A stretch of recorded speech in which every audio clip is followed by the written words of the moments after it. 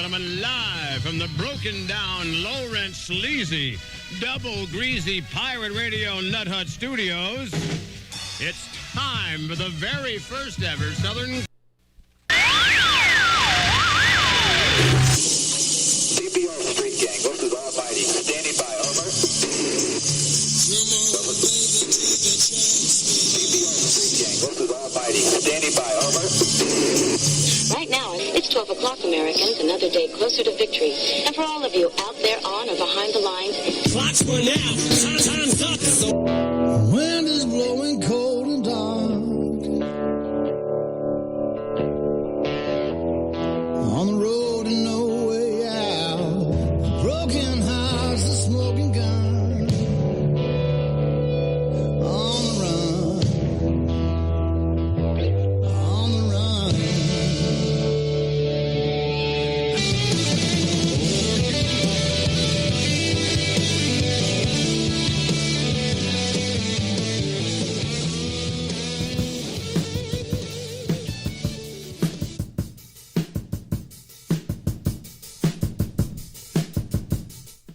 My name's Jimmy. It's Aftermath FM.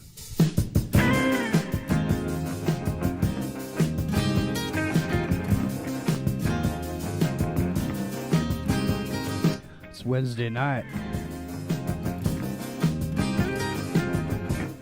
And Into the Microcosm is on the air. Yes, the same kind of story that seems to come down from long ago. Two friends having coffee together when something flies by their window. It might be out on that lawn, which is wide at least half of a playing field.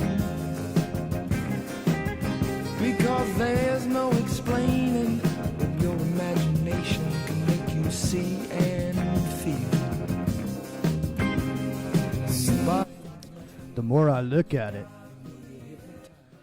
the more it seems things just don't add up. That's right. Now it's not a meaningless question.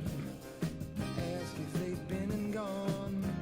There's a whole bunch of stuff going on. We're going to get into it. I just want to say, though, before we get to Epic Journeyman, we've got some somewhat breaking news. Ghislaine Maxwell was found guilty of charges tied to Jeffrey Epstein's sex trafficking ring. A New York jury convicted the British socialite of grooming minors for sexual abuse at the hands of Epstein. It was hard to see if she was showing any real emotion because there was a mask over her face. But I can tell you within moments of hearing guilty on count 1, not guilty on count 2, and guilty on those other 4 counts, she sort of took a deep breath and looked as though she was pouring herself some water. The charges stem from interactions ranging from 1994 to 2004. Maxwell was romantically involved and later worked for Epstein during that time. The prosecution argued that Maxwell was Epstein's partner in crime and critical to his alleged sex trafficking operation. Throughout the 2-week trial, jurors heard from 4 alleged victims who claimed Maxwell recruited them for Epstein and that she normalized and sometimes even participated in the abuse. Epstein committed suicide in August 2019 while awaiting trial. Following the verdict, U.S. Attorney Damian Williams read in a statement in part, quote, "I want to commend the bravery of the girls, now grown women, who stepped out of the shadows and into the courtroom. Their courage and willingness to face their abuser made this case and today's result possible." Again, this is a big day for a number of women, not just the 4 that were the center of this trial, but the dozens of women who accused Jeffrey Epstein of sexual abuse and never got to see his case go to trial. Maxwell was found guilty of 5 of the 6 federal counts, and she now faces a maximum sentence of 65 years in prison. It's absolutely a repudiation of the defense's tactic here. The defense frankly, I think trying to blame the victim, saying their memories were faulty, saying that they were really motivated by money. Her attorney has announced plans to appeal the verdict. So in this case, the guilt phase obviously is over, at least on the trial court level, and the next phase will be sentencing. So the prosecution will come forward with a sentencing memo. Just slip out the back, Jack. Make a new plan, Stan. You don't need to be coy, Roy. Just get yourself free. Hop on the bus, Gus. You don't need to discuss much. Just drop off the key, leave, and get yourself free. Ooh, slip out the back, Jack. Make a new plan, Stan. You don't need to be coy, Roy. You just listen to me. Hop on the bus, Gus.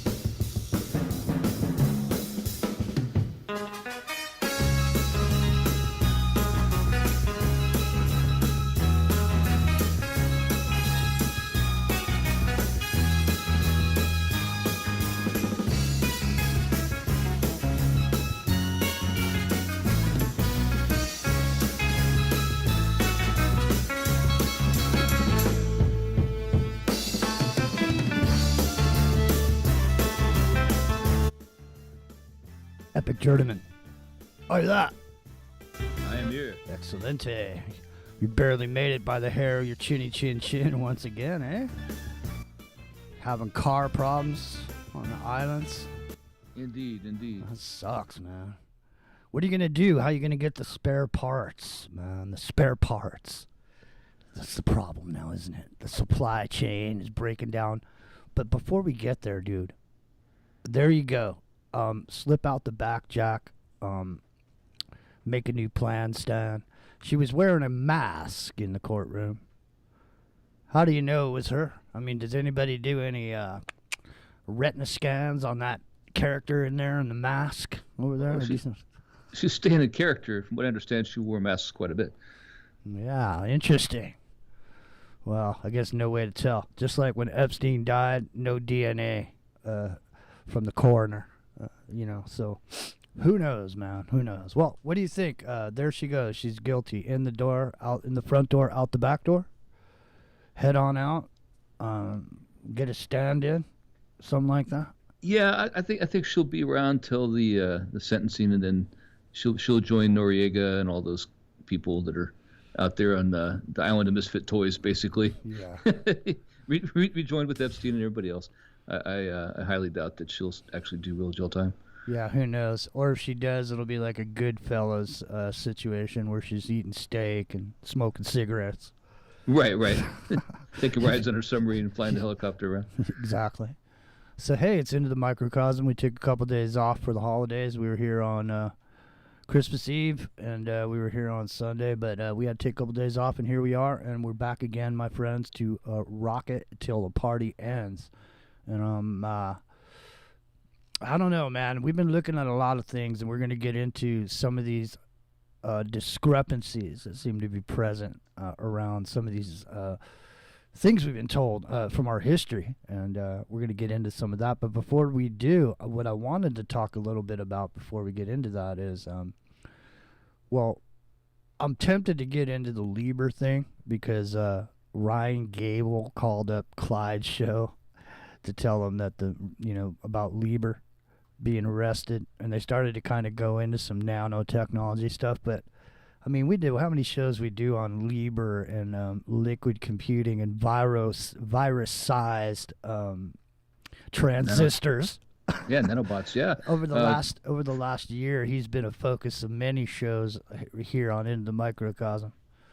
So I'm glad that Ryan Gable found that article, was able to get it on to Clyde's show, so Clyde could get it up there and talk about it. I think Clyde talked about Lieber too back a while back. But anyway, without getting in too much into that, I have been noticing, man, I'm up here in Northern California, and you can go back to the archives over there at Aftermath FM if you're a member. You can become a member. There's some good deals going on right now for till the end of December. I think it's like, I don't know, you have to check on the price on that. But that's where you can find, if you want to get back some real super detailed information on liquid computing, nanoparticles, and some of the work that we've done on programming the DNA. DNA is a hard drive.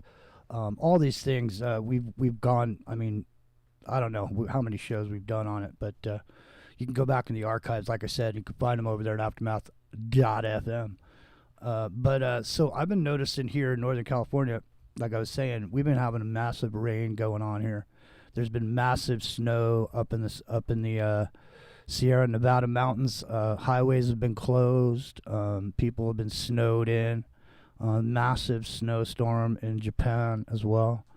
All kinds of stuff going on now. Did you have a chance to take a look at some of it? Because I mean, I also mentioned the other one in Brazil. And there's these micro tornadoes that are all of a sudden appearing. There's like a tornado for 5 minutes, destroys a bunch of stuff, and then it's gone. It's literally. And have you seen any of these waves now?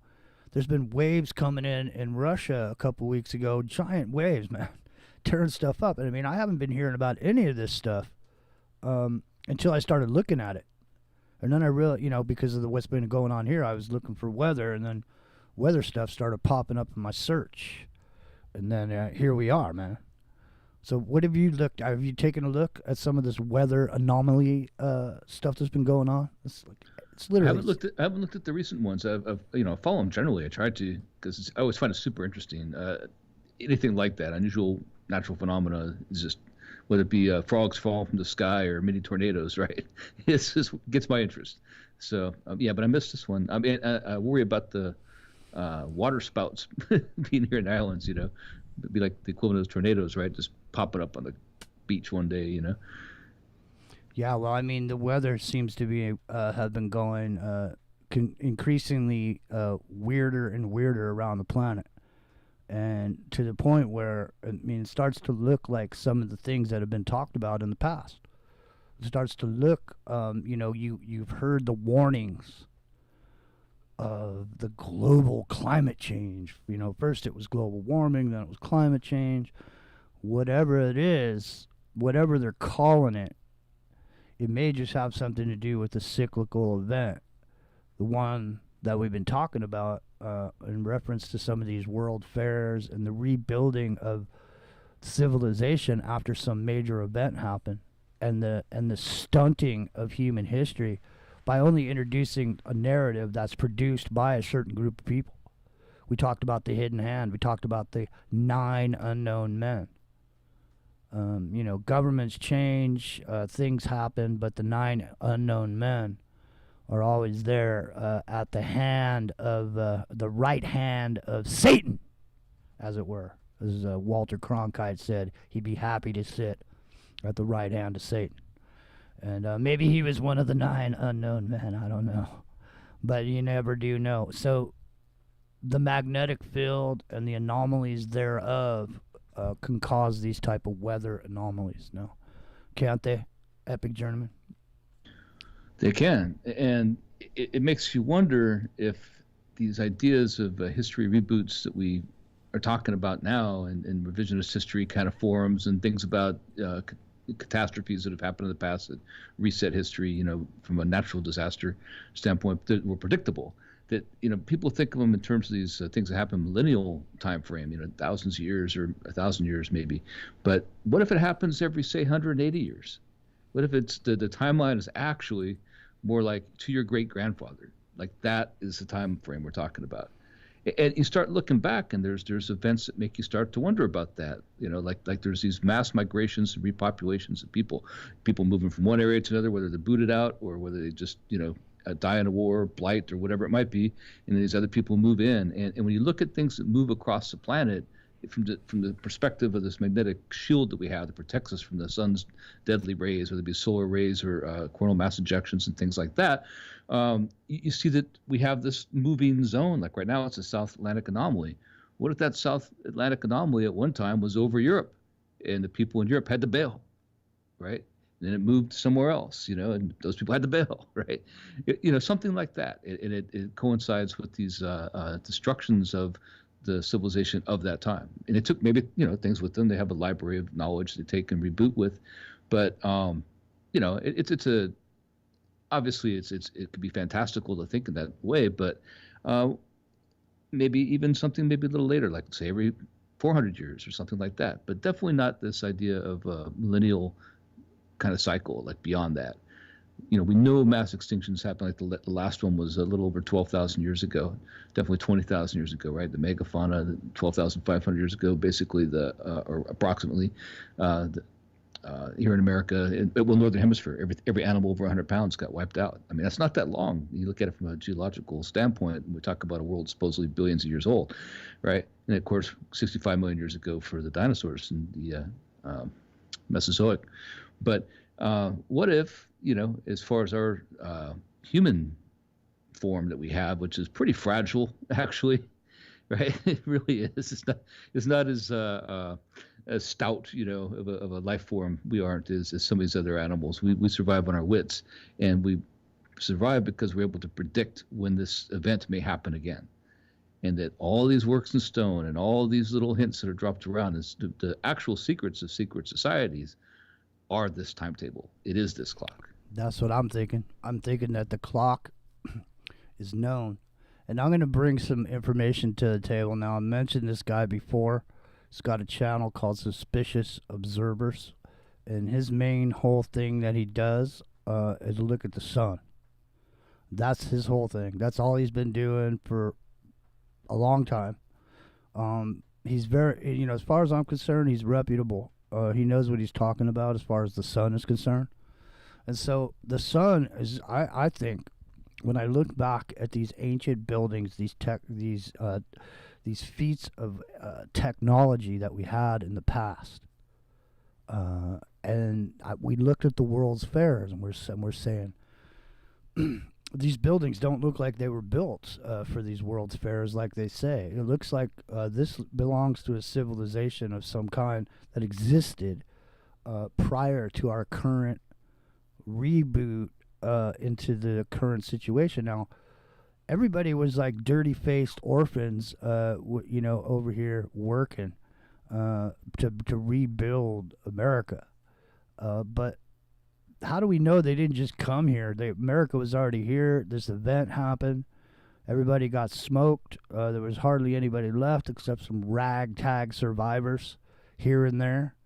And these guys who were over in their hidey hole, they came out, they sailed over here, they showed up, they organized, they set people out to take care of tasks, project managers out to different areas. They found a bunch of stragglers down in the south down there, so they went down there with some forces to try to get those nasty rebels in line, because they weren't going along with it. They remembered what it was like before the event happened. Maybe that's what happened, because part of what we're going to be talking about tonight are these unbelievably giant, huge sanatoriums, Epic Journeyman. These sanitariums back in the 1800s were giant facilities. Literally unbelievable amounts of room and space in here. Why were all of a sudden there was all these crazy people in the 1800s? Did they just all of a sudden go nuts? Or was it more that they were the ones left over, the remnants of the past civilization who were still here that remembered? And they started talking a bunch of crazy talk. Ended up in a sanatorium, man. We're going to get into you after the top of the hour. We have a list of 100 things that could get you thrown in a sanatorium. And you're going to see, I think there's, we're asking questions. I'm not saying the Civil War didn't happen, but I'm saying maybe it happened in a way we've been told might not be the exact way things went down. Maybe those slaves that were down there in the South, maybe they were left over from something else. They're already there. They're the ones who fled Africa when Africa got hit back in 700 AD. Yeah, you can see that. You know what I mean? I'm not saying that's what happened. I'm just saying that we're finding these cycles of time that do support these major Carrington-style events that occurred over time. Okay. Right. Yeah, I want to bring this up. We're going to get more into it as the show progresses here. But the thing you just mentioned, a whole Carrington event. And that's the event I want to point to. Because I think that Carrington event and how it's been reported may just be the storyline. Because if there's anybody around that remembers the Carrington event or not, but I don't think there is. So anything that you heard about it is something that somebody said or somebody reported on, some story, some narrative, but maybe there was a solar flare that smoked everybody, just vaporized people where they stood. You know what I'm saying? Maybe it smoked more than telephone lines. Go ahead, man. The interesting thing about that, is that it happened in 1859, September of 1859. The Civil War basically started picking up steam in 1860, right? 1861, 62 is when it really went full bore. But so now you have this major distraction from a major event. You had this major event, right, that smoked the telegraph lines, right? And actually what's interesting about that too is they were getting electrocuted and people were getting shocked and there's fires catching on. They powered down the system, yet they were still able to transmit and receive because the wires were energized because of this event, right? And yeah, so it was a major deal. I mean, people that were aware of it at the time, it was big news. And we had the wire, what they called the wire back then, so it made news everywhere. And people saw this huge, spectacular aurora-like phenomena in broad daylight in places like Hawaii and Queensland, Australia, in this rainbow of colors going across the sky. I mean, not anything like we see with the regular aurora today, a major, major phenomena that was considered beautiful by the people who saw it in those latitudes. But the people who are suffering from the effects of it, at the other end of this it's like those people. Telegraphs. It's like when a tidal wave's coming in and they go, "Look, honey, it's beautiful. The water's all gone. Let's go over here and pick up some seashells." Yeah, exactly.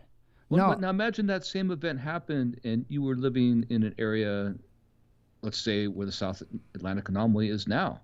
Right? You didn't have the magnetosphere protecting you in that area like you do in the rest of the world. Well, it would kill you. You know what I mean? Mm-hmm. It would kill you.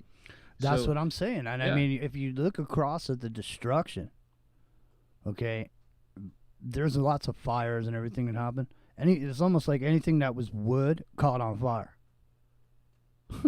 Right? So, I mean, anything like maybe a frequency is coming in at the same time with this magnetic event happened. Who knows what caused it?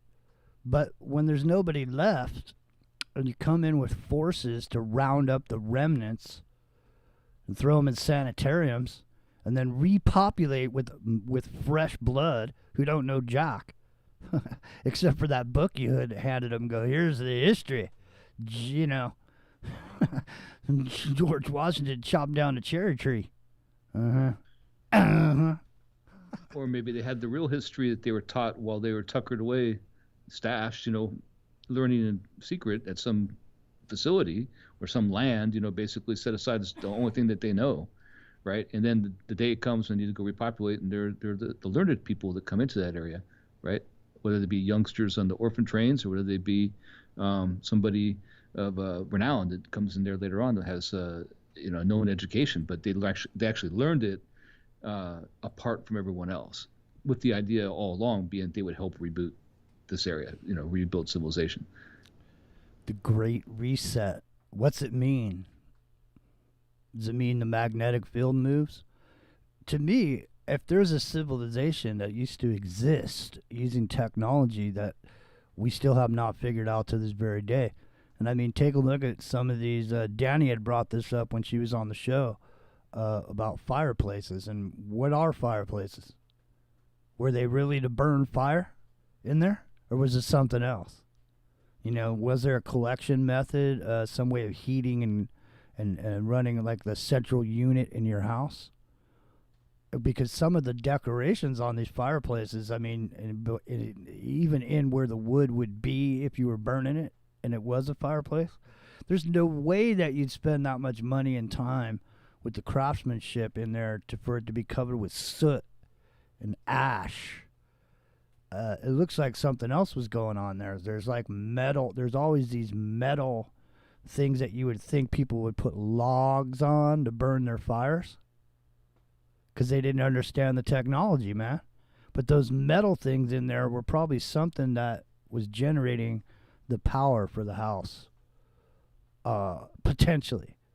So we're just going out on a limb tonight, man, because, at this point, I see a lot of things about the Civil War that don't make sense. Cannonballs don't knock down whole buildings. You'd have to sit there with a million cannonballs to cause the kind of debris that I saw in some of these scenes from the Civil War. There's brick literally 6 feet deep on some of those streets, and there's like 3 guys with a wheelbarrow. Well, the walls standing the way they stand on one side, and they're knocked down on the other 3 sides, in like whole city blocks, looking down the in the area where the picture's taken, and it looks just like Hiroshima, right? like exactly like that. There is, yeah. So I mean, so let me ask you a question: were you able to look and see what kind of telescopes they had when this Carrington event happened? Because apparently there's 2 guys that were looking at it and they saw it. And that's why it's called the Carrington event. Yeah, amateur astronomers, mind you. They weren't even professional astronomers that worked in some, major organization. And they confirmed that it was this coronal mass ejection because they had a magnetometer that somebody was manning up in Scotland that confirmed the event. That this huge magnetic flux event came. That was associated with it. So these 2 independent guys, Carrington, the other guy who will forever be forgotten, his name's like Holmesworth or something like that. Don't quote me on that, something like that. They independently saw it, and I don't know how they did it. They obviously weren't looking through there and scorching their eyes. It doesn't make any sense, man. They drew an illustration of the sunspots. They were observing the sunspots. There's a huge section of the sun that was, had some big spots. And So one there's- happened the day before, apparently, or a couple days before, that kind of set it up for the next big one, so that it already had, weakened the magnetosphere from the first one. It's already kind of blown away, right, by the solar wind, so that it's more susceptible to the second one, which is the big one. Well, all I know is something's fishy. Something's rotten in Denmark, man. Because listen, I'm glad that they were able to draw those sunspots, but there's a disconnect somewhere. There's either equipment, they're either operating equipment that didn't exist then, and looking at that sun to draw those sunspots, or I mean, how do you look at the sun back in the 1800s, man? That's all I'm saying. And then, we just happen to have a guy up in Scotland with a magnetometer who had trained on the sun that moment and was able to let us know that he saw an anomaly, and then we, correlated that with our telescope, and we were able to determine that there was a sun flare. Yeah, right, dude. Well, the other thing about this that just blows me away is that you think about what a monumental event this would have been to see something like this in Queensland and in Hawaii and down to San Diego or something, right? Where you don't see an aurora like that. You don't see rainbow colors folding out across the sky. You'd think it was a rapture or something. You'd think it was the end of time. You would think it was a major event, not just a Carrington event. It would be the talk of everybody. How come it wasn't? You see what I'm saying? Like that is the thing that bothers me too. We call it the Carrington event and all this stuff, but why? What? This is something that our great grandfather would have told our grandfather that would have got to us. As a matter of course, as people talk about, your great grandfather or grandmother were out there on the patio and saw this, and it looked like blah blah blah, right? Mm-hmm. And nobody did. Nobody I've ever heard of has described it like in that kind of term, in a family term, passed on generation to generation. It's crazy, man. And the thing is just like anything, even like modern day, the only stories that make it to the news is what gets past the gatekeepers. So the thing is no matter what, even if there are stories that seem valid, there were slaves. They were in the South. They were working on farms. But how they got there and when they got there might be a little bit different than what we've been told, is all I'm saying. I'm not saying that the stories aren't real and the stories aren't true, because they are. Because there were slaves. But what were they really doing? Because a lot of the pictures I saw on the cleanup over there, in the South, there was a lot of black dudes doing the work. I also saw a lot of pictures from the Civil War, and every single photograph seemed like it was staged. You know what I mean? It was like you're wearing a fresh uniform, pointing a gun, or whatever. Or the pictures of groups of guys, they just look like they're sitting around. John Levi's channel is one that is talking a lot about some of this information. So I want to recommend his channel and give him a shout out. He's done quite a bit of work on this, and he's got a real good take on a lot of what he sees. And he asks a lot of questions, and I gotta say, man, some of the questions he's asking make me want to ask questions. And I start asking them, and all of a sudden I start coming up with stuff that looks a little funny. So maybe there's a magnetic anomaly getting ready to happen. And the people that always know there's going to be a great reset know the great reset's about to happen because of all these weather anomalies we've been seeing. Stick around. We'll be right back.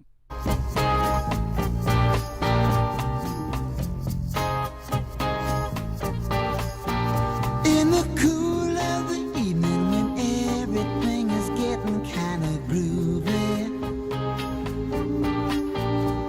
I call you up and ask you if you'd like to go with me and see a movie. First you say no, you got some plans for the night, and then you stop and say, alright, love is kinda crazy with a spooky little girl like you. It's Aftermath FM. You always keep me guessing, I never seem to know what you are thinking. Don't regret growing old. It's a privilege denied to many. Heart disease is taking our youth from us. Young people in their 30s, 40s, 50s, and beyond are dying needlessly. One of the hardest messages I've ever had to deliver is to convince people that something natural like Extendivite should be taken as a preventative measure. I'm sure you heard an ounce of prevention is worth a pound of cure. Extendivite is that ounce. Take Extendivite for 1 year and see what your doctor has to say and how much better you feel. Herbs take time to address the problem. It took years of life to have a problem. Give Extendivite 1 year to fix the problem. Don't wait until it's too late. Call 1-877-928-8822 or visit heartdrop.com or visit us on Amazon. Extend your life with Extendivite. Ground Zero with Clyde Lewis. Live Monday through Friday, 7 p.m. Pacific. But what happens when you miss an episode? Aftermath.fm is the official free streaming network of Ground Zero, featuring some of the top voices in paranormal and parapolitical radio and podcasts, such as The Leo Zagami Show, Into the Microcosm with Jimmy Jean, The Secret Teachings with Ryan Gable, The Kev Baker Show, The Infinite Fringe with Billy Ray Valentine, and much, much more. What are you waiting for? Head on over to Aftermath.fm right now and get complete on-demand access to the Ground Zero archives, as well as the works of a dozen other hosts. Sign up right now and get complete access to our study groups, videos, and document archives, and connect with other listeners on our private social media network. Aftermath.fm, home of quality counterculture talk radio. Aftermath.fm.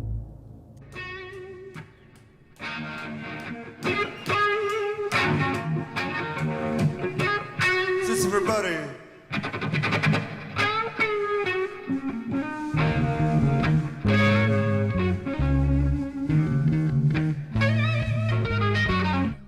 Monday through Friday.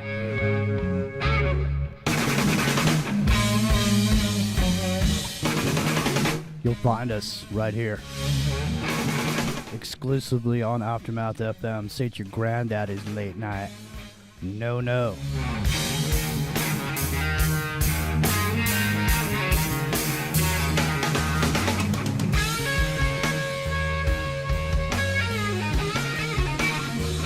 It's the after party. It's the underground. It's the alternative to the alternative. Tune in, turn on, and find out. It's in the microcosm. We're asking questions tonight. Are we on the door step of a magnetic reversal?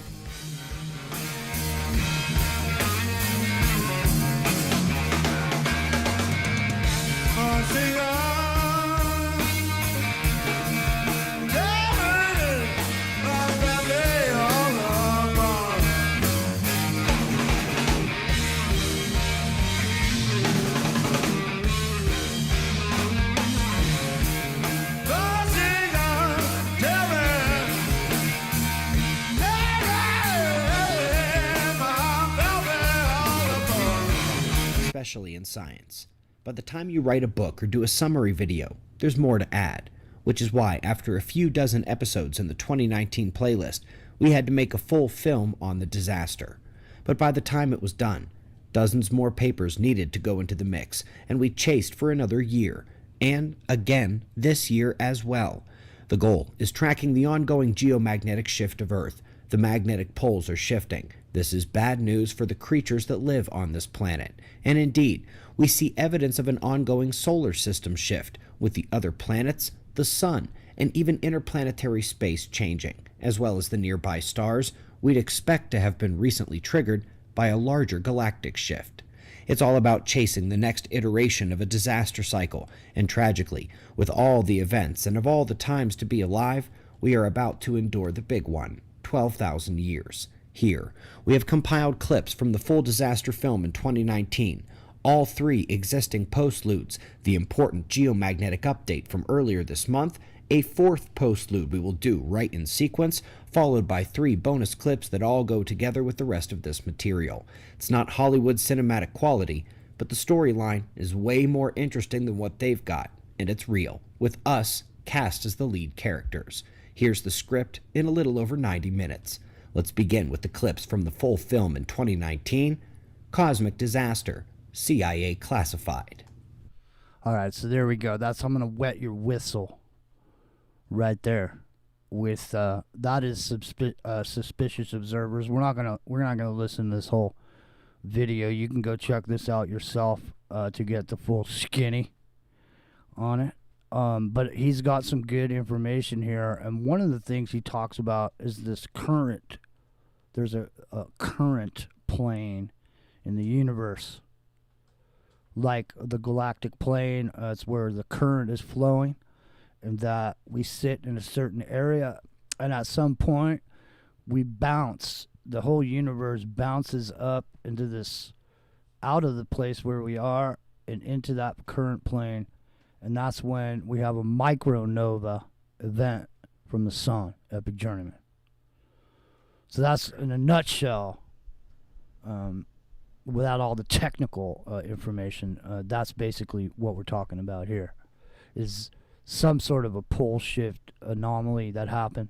When that pole shift happened, the old ley line structures in the face of the earth ceased to function. Maybe some of that older technology ceased to work simply because the current, electricity wasn't flowing through the ley lines like it was before. And so maybe when it switches back, it'll switch back to where it was before. Those connections will be made on those same ley lines, and these civilizations that were there before could then have come back online. And maybe that was why they were so intent on destroying these buildings, is because they were afraid on the next reset that these technologies would come back online and these people would come back in to assume, dominion over the earth, type of thing. Like a machine turning back on, right? Just everything comes back online. Exactly. Right? Like the batteries suddenly, are energized and everything starts Exactly. lighting up. Where all those big stone structures start having holograms on the walls and stuff, right? Interactive plasma screens, not plasma screens, but plasma manipulatable, like a cockpit or something. You just climb in, things that you can't see normally because it's not powered up, right? That's what I'm getting at. Yeah. So, yeah. Well, that's what I mean. I mean, so, and then in the same vein of that idea, okay, what about if positive becomes negative? What about the human brain as a hard drive mechanism? And when the everything reverses, we lose our memory. What about that? What about everything just being wiped clean right in that moment? Hey, I got amnesia. I don't remember why. I don't remember the fireplace, but I do know how to make a fire. So it's not, the smoke is going up the chimney, but it's only because I can't remember that there was technology there before, right? Well, the idea might be like, because the brain is an electrical system, and that's why people have amnesia a lot of times. They get hit in the head with some kind of blunt trauma, they survive, and it causes an issue because of that, right? I mean, a violent disruption, right?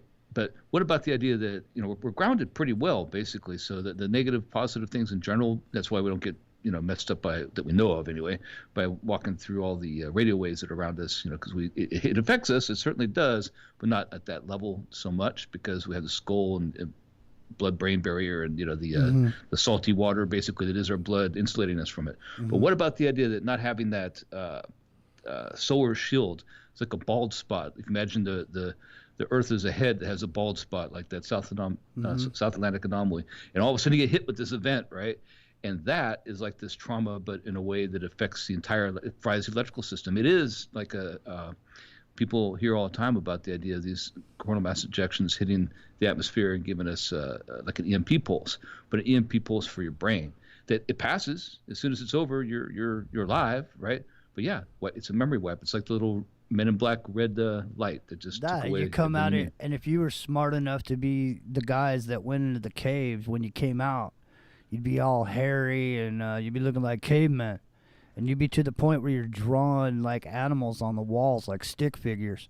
And 10 minutes ago, you were building those cathedrals all across Europe and across the world. And now all you're doing is drawing on the wall with, stick figures. I don't know, man. Maybe the disconnect. How could we explain then the population that can know ahead of time that it's going to happen? How would they protect themselves from this memory wipe? Maybe there's some sort of by being underground. I mean, maybe it goes positive, negative, and comes back again for a minute. Maybe it goes blinks for a second and then comes back again. I don't know. Like blowing out a candle. Yeah. Right. But one of those candles that comes back on, the show candles, right? It glows out for a second, then it comes back up. Yeah, everything reboots, comes back online. But during that interval is when you lose everything. It's just like these keepers of the flame that we've heard about so many times.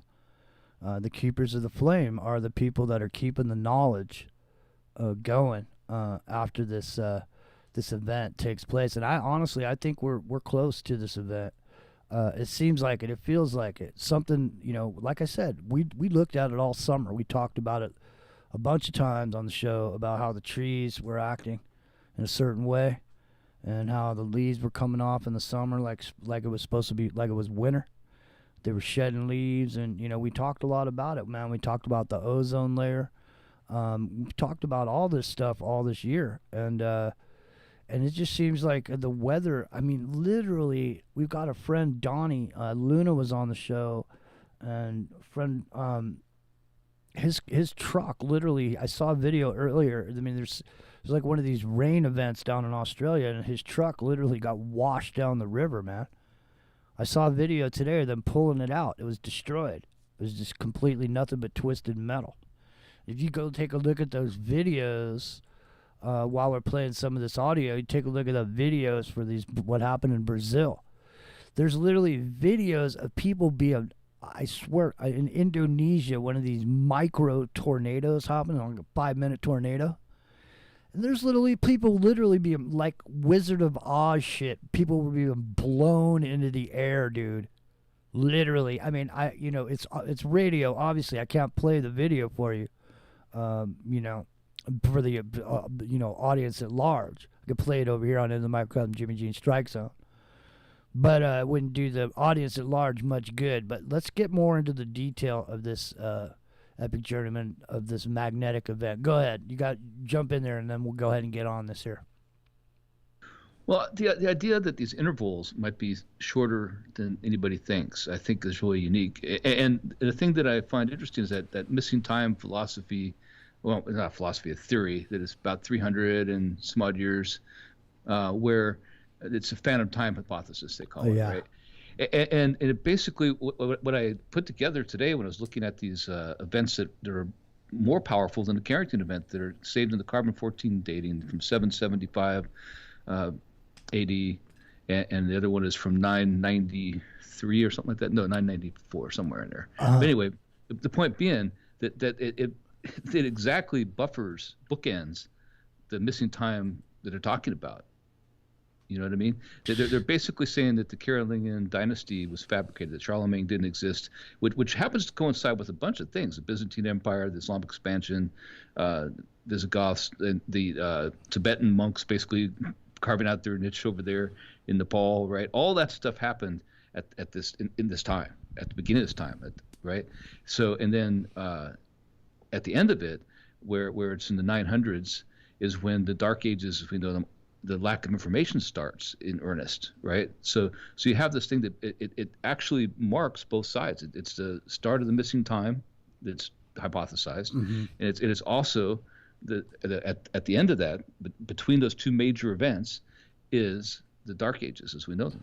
Well, so I mean, isn't that odd, right? It is odd, and it fits perfectly because it looks to me, honestly, it looks to me like everything started sometime in the 1800s. And everything before that, that's on there, that's our history, that's suspect at this point. Because realistically, if you look at America from the 1800s on, and you look at it, you can see something's not right, man. It doesn't add up. Where did all them premature babies come from? That's the thing. I mean, back then, to be an unwed mother was like they would stone you in the streets and club you. Where's all these unwed mothers of popping out these premature babies, man? It doesn't make sense. For the World Fair, for the incubators, yeah. That's what I mean. It seems more like there was test tube babies coming out somewhere else from technology from the future that was there in the reset that no one knew about. But all of a sudden, they're cropping out all these orphans coming out of nowhere, man. Just like they're clones. They're clones, actually, right? They're being grown. It's the boys from Brazil, totally, That's what right? I'm saying. Cinderella story, man, coming out of nowhere. I'm going to tell you the scariest true story ever told. Over thousands of years, in thousands of versions, with different names and minute details, but the story always ends the same way, with the next end of the world. We'll give you the short version first, and then the burden of proof will fall here to present the evidence across time and topic that the slow crawl of geology, the wind, water, fire, and tectonic creep is punctuated in rare occasions by disastrous upheaval. The Earth's magnetic field reverses, with dramatic excursion events sprinkled between. They can occur in less than 100 years from plunge to rock bottom. Earth's ongoing magnetic event has already been underway 150 years, into the red zone, and it is speeding up. In early 2019, the magnetic event accelerated to where an update to the world magnetic model was required ahead of schedule for the first time. Well, so far, this has not been causing catastrophic events, but unfortunately there are other aspects to the event coming, both in physical evidence and in the stories told in rock and voice. The sun plays the role of the destroyer. Where the decadal and centennial cycles of activity converge, we find the entire magnetic potential of the sun accessible for what can only be described as a micronova. As unbelievable as that might sound, the evidence will actually show this to be an almost unavoidable consequence of the solar system trip through the galaxy. There is evidence that the crust and mantle unlock at the low velocity zone. The plates collide and may be worse, triggering volcanoes and sending unfathomable amounts of water into the land, creating surge deposits of bone and earth. The earthquakes and volcanoes and tsunamis are followed by snow, ice, incredible amounts falling by the yard as Earth's temperature plummets. We'll see evidence at the micro scale of the previous great solar blast, the ways in which humans survived the last great catastrophe, the evidence that similar plans are secretly unfolding beneath our feet, and the evidence demonstrating the cover-up and erroneous geological science that overthrew a course of rediscovery. One that can now lead us to understand that the sun's cyclical passage through the galactic electric sheet is the trigger for the great catastrophe cycle on Earth. Let's begin in the 1700s, with a surge of global exploration in science and the discovery of the evidence for these cycles. A dozen researchers became dozens in the 1800s as more evidence and excitement and terror over the implications of the evidence was mounting in an undeniable charge to science to explain all the evidence. The 1900s saw a further growth of the field. Many researchers gained considerable fame, while others were silenced. So it's Velikovsky is one of the guys. And then, Velikovsky was talking about Planet X, I think. It was one of the big things he was known for, no? Velikovsky? Worlds in Collision, right? Is that what it was? I think so. Yeah, I think so. But so the galactic sheet is what happens is that that there's a current track, that the universe is on a path, that it takes its path, and then at some point, for whatever reason, it reaches up into the galactic sheet or down into it and causes this micronova event. What do you think about that? Now, see, these kind of things start to make sense. It makes sense too that these we think of an hourglass, count the time, like it's an interval that's predictable. That's a predictable interval, but maybe it's not that the interval is what's predictable. Maybe it's the alignments that are markers, right? So instead of having the hourglass, you need that sundial, to make a rude analogy, that shows the shadow in the right place at the right time. When that's not in the right place at the right time, then right? So whatever that might be, that it's a system of detectors set up around the world, right? And the people in the know what to look for. Exactly. So and when this particular event, or you see this particular sign, right, that you have so much time, that's when the countdown starts. And so it looks to me like 2012, the big coronal mass ejection that missed us, narrowly missed us too. I mean, just barely missed us. Would have been every bit as bad or worse than the Carrington event, and perhaps much worse. That we skated. Now, did we skate because it was random, or did we do something to make it miss us? Did we actually do something to help us out that time?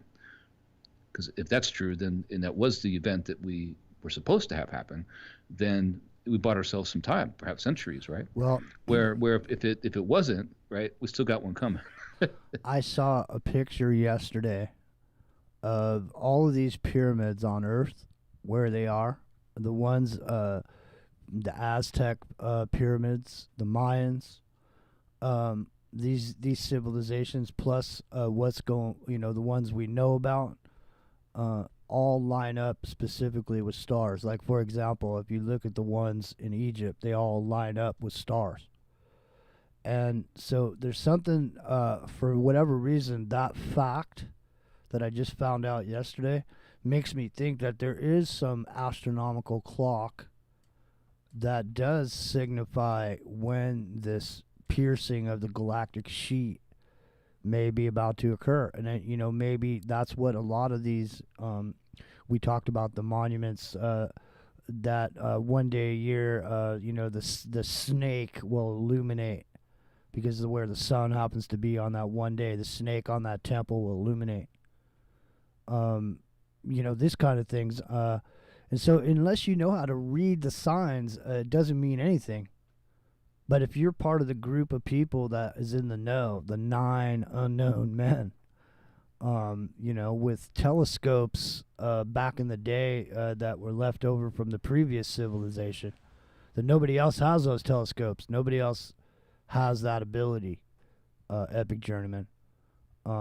Just like we say, I mean, maybe names are given to concepts that were been developed over millennia here on Earth, and that these concepts are just given a name for current history's purposes. Because realistically, I mean, like we said, I mean, if you were just a remnant of one of these events, your knowledge of the world and of world history is only going to be what you've learned in your life. So if you were in charge of writing the history, it would only be what you knew or what you could find out from your neighbor or whatever. But at that point, there's no way to know what happened 1,000 years ago. I mean, all this, everything we know, evolution, man, froggy to monkey to man or whatever, all those stories that have been told, all these reasons for why things are the way they are, the whole history could just be a bunch of nonsense. Started out from a certain period of time to give us an idea of a look back. Maybe that's why they're so paranoid about the giants. Because it makes their narrative or their storyline doesn't make sense now all of a sudden. That throws a wrench into everything, doesn't it, with them giants, don't it? Doesn't it, Epic German? Yeah, well, that's the thing. Like all these legends of the gods of ancient Greece, the gods of ancient Egypt, the Ennead, all these guys refer to something we would think of in the biblical terms as Nephilim or giants, right? So they're not in contradiction in many cases. I mean, these gods are the fallen angels. They are the B'nai Elohim. So, yeah, that's a whole other worldview that was hidden for most of our time. I mean, it was only as recently as the 19th century, I want to say, when they found the Book of Enoch in the late 18th century, and interpreted it from the Ethiopian Gi language, and then found other copies. And here it is, right, giving this entire history that describes everything that happened in Genesis chapter 6. I mean, it expands upon the creation story and adds this other dimension that all the ancients knew. I mean, everybody that worshipped these air quotes gods, they knew that's who they're worshiping, right? That's who they were, right? The gods among us. So yeah, that's a whole other thing. And their offspring were these Nephilim, these giants. People like Heracles, we know it's Hercules, right? Was one. People like Indinku and Gilgamesh, right? Gilgamesh were ones, these half gods, right? So, yeah, those were giants. And if you think about the idea that they got rid of them, whether it be from the flood or whatever, and then people tried to bring them back, right? Tried to bring them back because they missed them, I guess, the technology they brought with them. Because that's the other side of this. The side that's often missed is that they were bringing technology with them, and the people that were left behind that worshipped those gods, small g, wanted the technology. They wanted the conveniences that the technology brought them. Mm-hmm. It's absolutely amazing to be on Earth at this particular time, getting ready for the Great Reset, like Klaus Schwab says, when he's wearing his funny little uniform. I wonder if that's what he wears while he's strolling around underneath the Denver airport. I wonder if he has that uniform on. They have like a mall down there. It's like a cruise ship. Yeah. They hang out. They have a little casino down there. Yeah, he's down in the They're hanging out. casino. Yeah, he's got a martini. He's kicking back. Exactly, Mundo. Well, who knows what happens, and the Great Reset's getting ready to happen. And, the 10-hour symposium on rebuilding the world from scratch that we had put our hands on a while back. These kinds of things being said, the language, it's inflammatory. Makes one ponder. Makes one wonder. Mine's Jimmy, that's Civic Journeyman, sitting on the microcosm. It's Aftermath FM.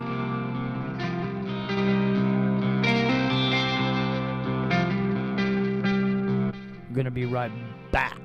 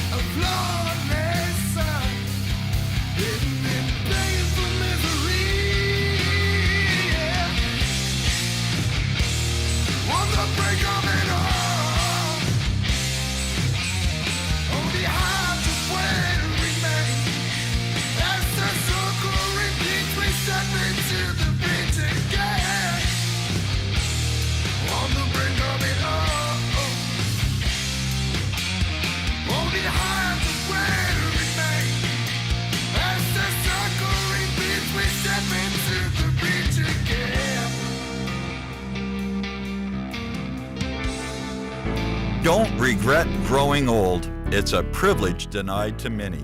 Heart disease is taking our youth from us. Young people in their 30s, 40s, 50s, and beyond are dying needlessly. One of the hardest messages I've ever had to deliver is to convince people that something natural like Extendivite should be taken as a preventative measure. I'm sure you heard an ounce of prevention is worth a pound of cure. Extendivite is that ounce. Take Extendivite for 1 year and see what your doctor has to say and how much better you feel. Herbs take time to address the problem. It took years of life to have a problem. Give Extendivite 1 year to fix the problem. Don't wait until it's too late. Call 1-877-928-8822 or visit heartdrop.com or visit us on Amazon. Extend your life with Extendovite. Ground Zero with Clyde Lewis. Live Monday through Friday, 7 p.m. Pacific. But what happens when you miss an episode?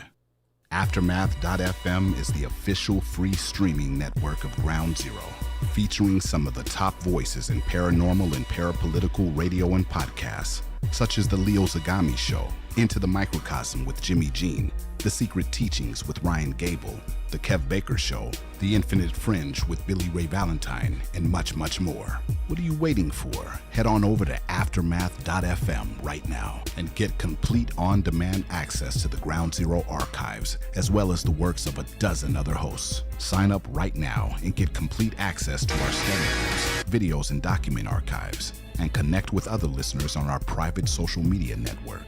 Aftermath.fm, home of quality counterculture talk radio. Aftermath.fm.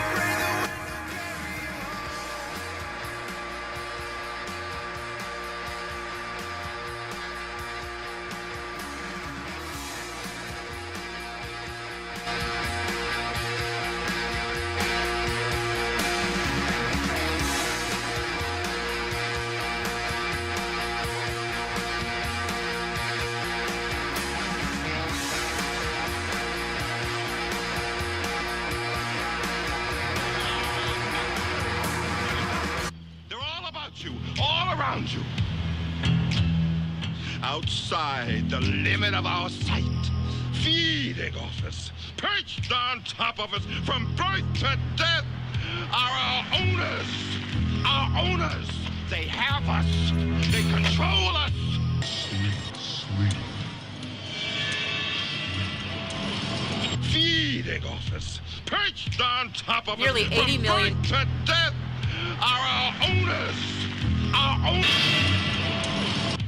Have taken the hearts and minds of our leaders. They have recruited the rich and the powerful, and they have blinded us to the truth. Our human spirit is corrupted. Why do we worship greed? Because outside the limit of our sight, feeding.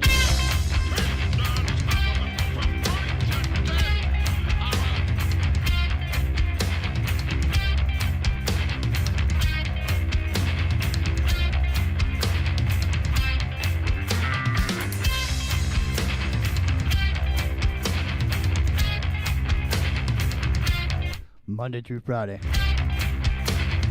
10:30 Pacific, right here, right now.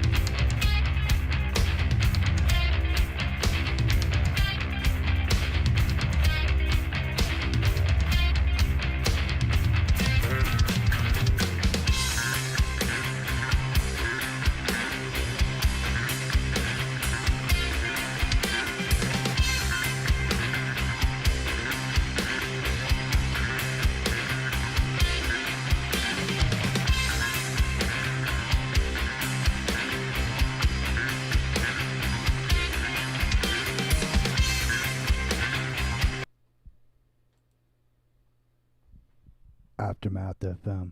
The end of the century saw the birth of the plasma universe connection to catastrophism, with the first global study of petroglyphs describing a solar catastrophe in antiquity. The story truly begins, relevantly however, with the man almost certainly responsible for the misdirection of the truth, Charles Hapgood.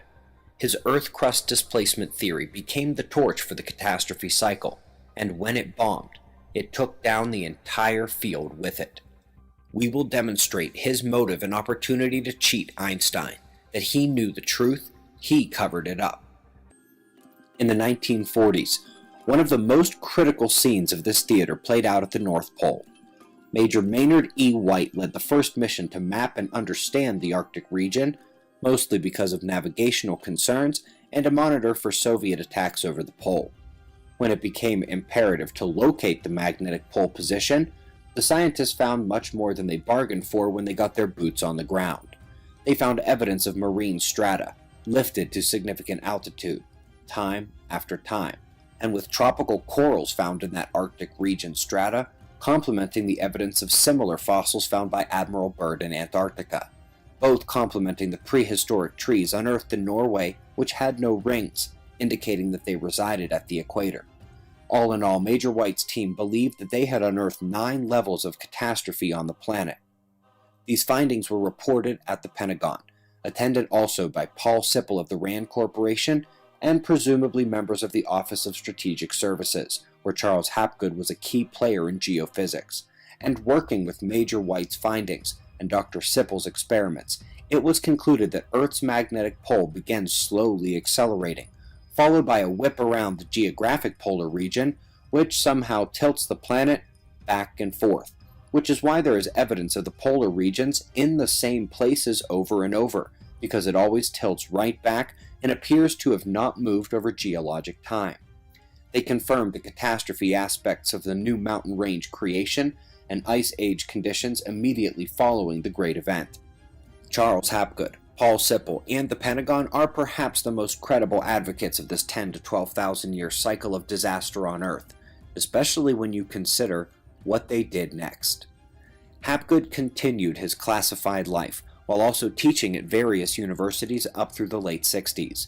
During the 50s, in the years following Major White's Arctic mission, Charles Hapgood stepped into the limelight in his public life with the famous Earth's crust displacement theory.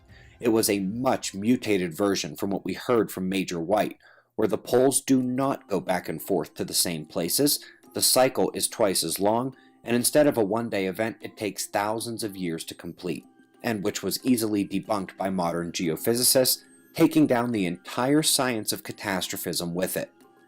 That is the famous version with the foreword written by Albert Einstein. That is not disputed, as his work with Hapgood was well known in the years before he died. However, Einstein was likely privy to the same information as Hapgood, and the final book came out after he died. Epic Tournament. Oh, yeah. I am here.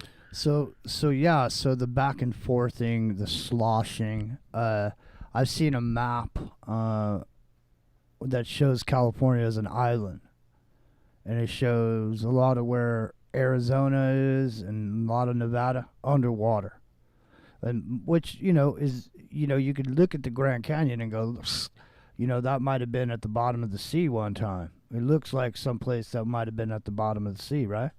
And then you go down, you see all kinds of seashells down there, don't you?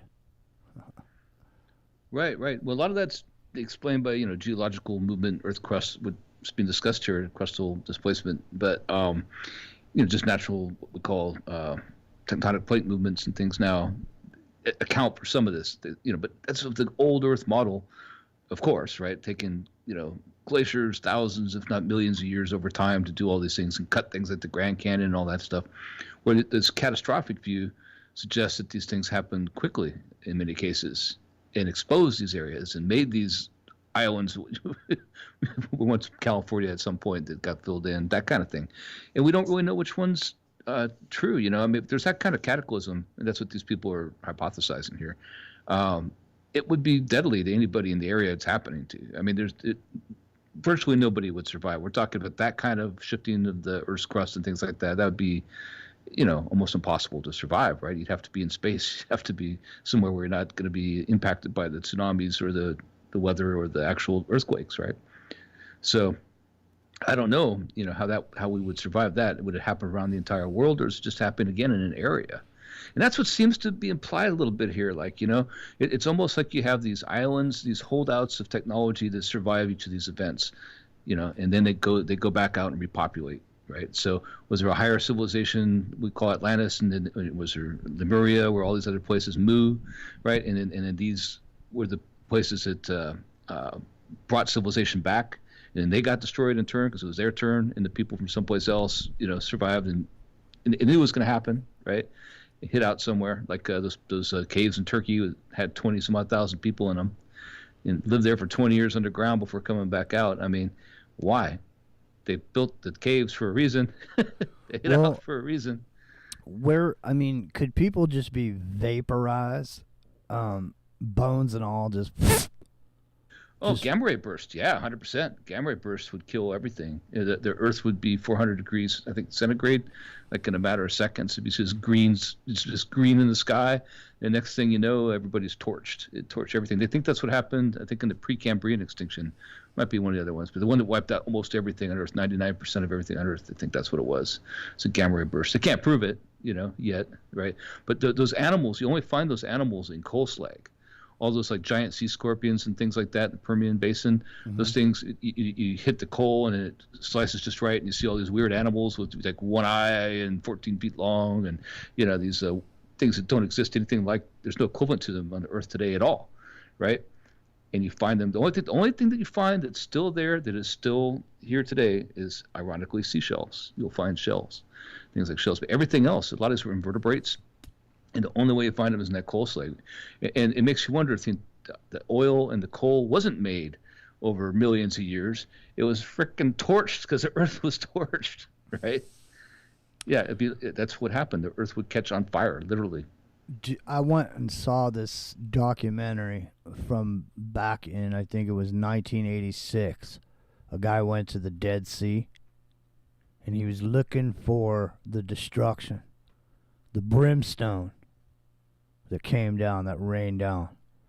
Now this guy, he went over there and he starts looking around, and within 20 minutes he starts seeing these spots on the rocks, these like holes, these indentations, these things popping out.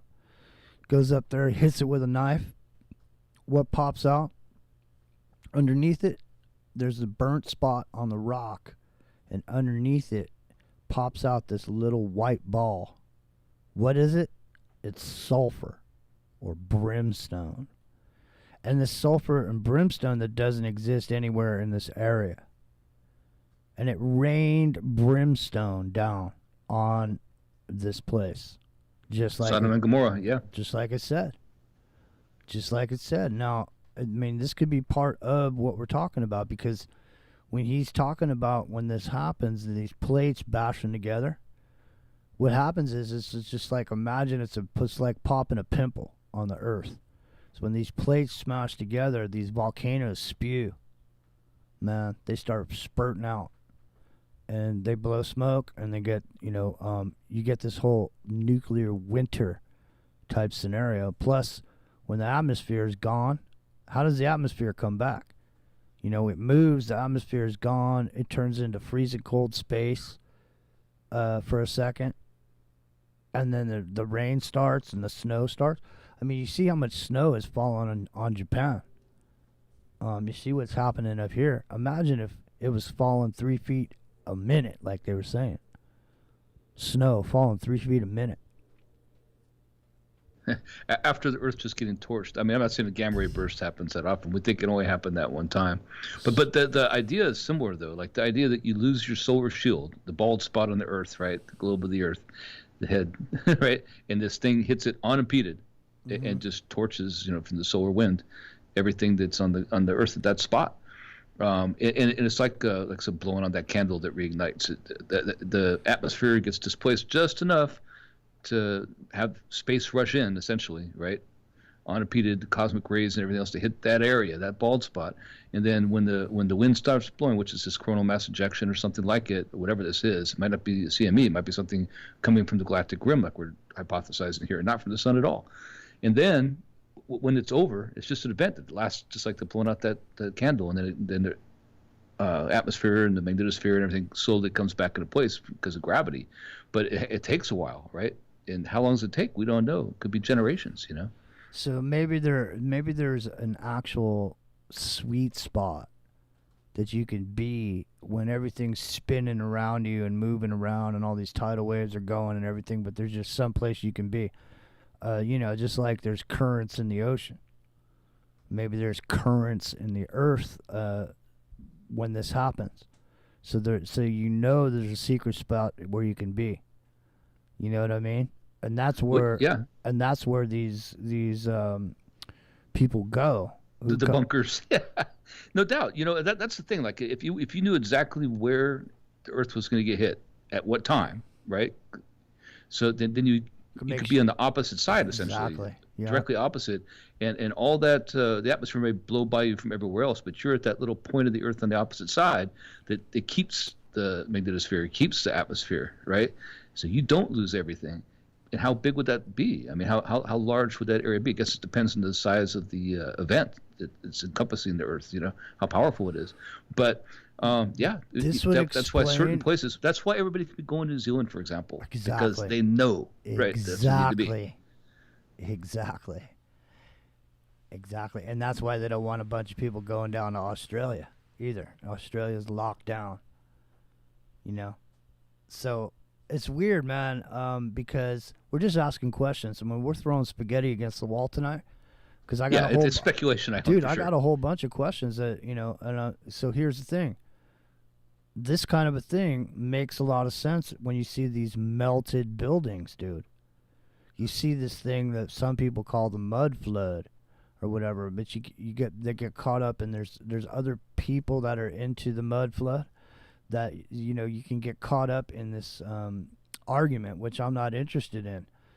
What I'm interested in is if there's a bunch of snow and it melts and there's a bunch of water coming down, there's going to be displacement. There's going to be mud, man. There's going to be mud, just like, you know what I'm saying? I mean, it starts to, San Francisco, being dug out. All these things start to look plausible on some level, because this here, when it happens, we don't know. They said, it's been thousands of years, 12,000 years, whatever. Psst.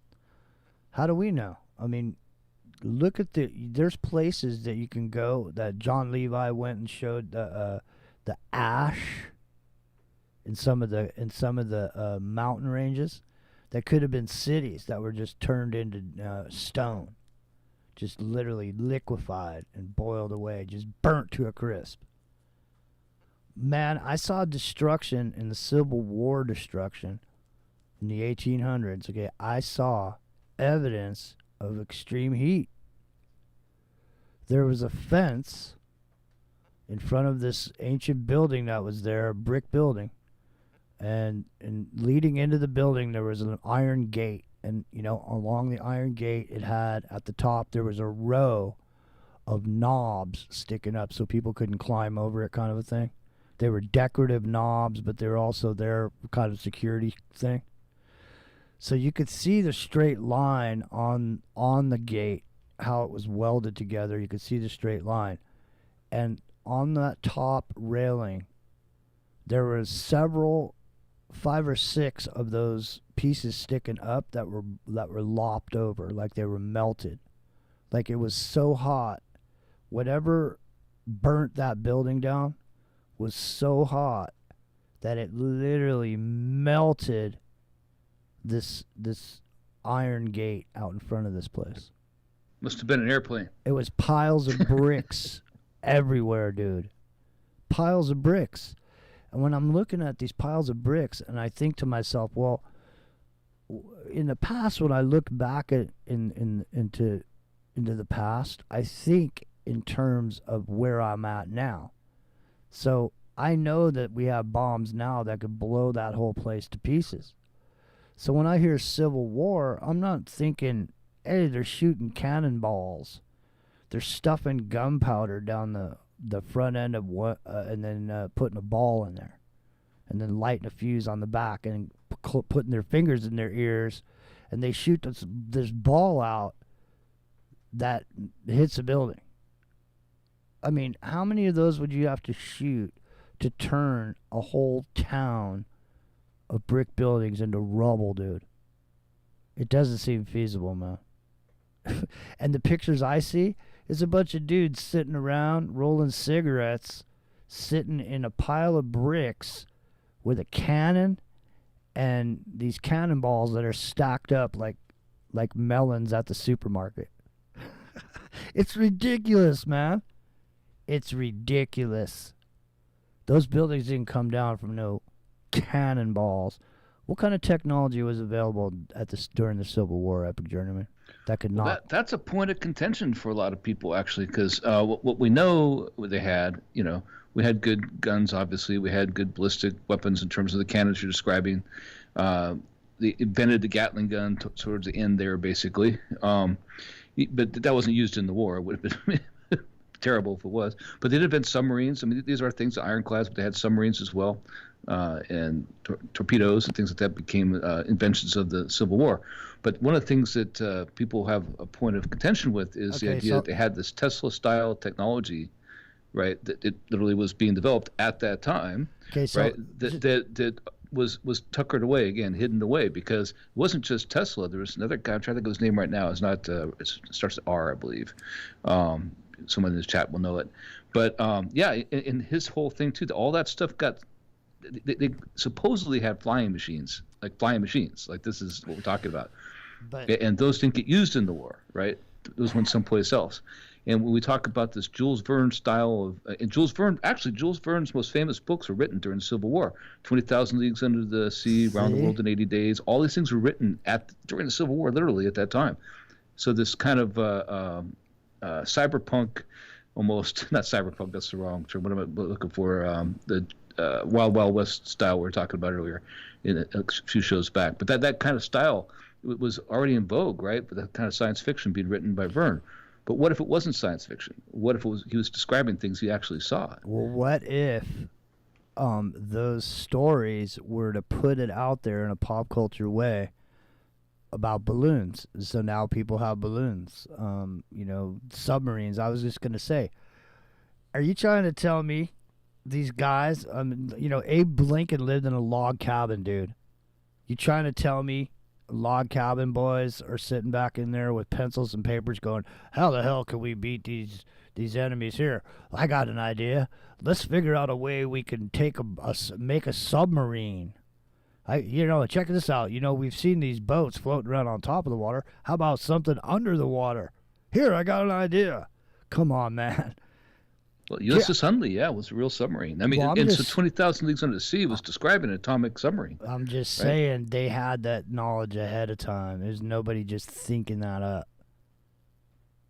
Well, that's what I'm saying. Like that stuff that got the technology. they had the airship sightings. Like they had balloons already going back to France and Middle Ages, right? But the idea that, and they used them as spotting balloons for the Civil War. There's actually spotters that would go up in balloons and survey the battlefield and make tactical plans based on what they observed. But the idea of having these they had airship sightings before the war and during the war. There were these machines that flew on their own, and that's what's being suggested by a number of people over the years, is that they had this technology, and that technology did not get used in the war. That technology got taken someplace else, and we still don't see that particular technology or what developed from it, right? I mean, what developed from it is we're talking about these people who are maybe on that other side of the world staying away in case, right? They're taking those kind of things, that breakaway civilization. People. It's the same families over and over again, man. The House of Orange. The House of Orange. Orange Man bad. Remember that? Yeah. Well, they didn't. Dutch. They didn't call them that for no reason. They were putting it right in your face. Look it up.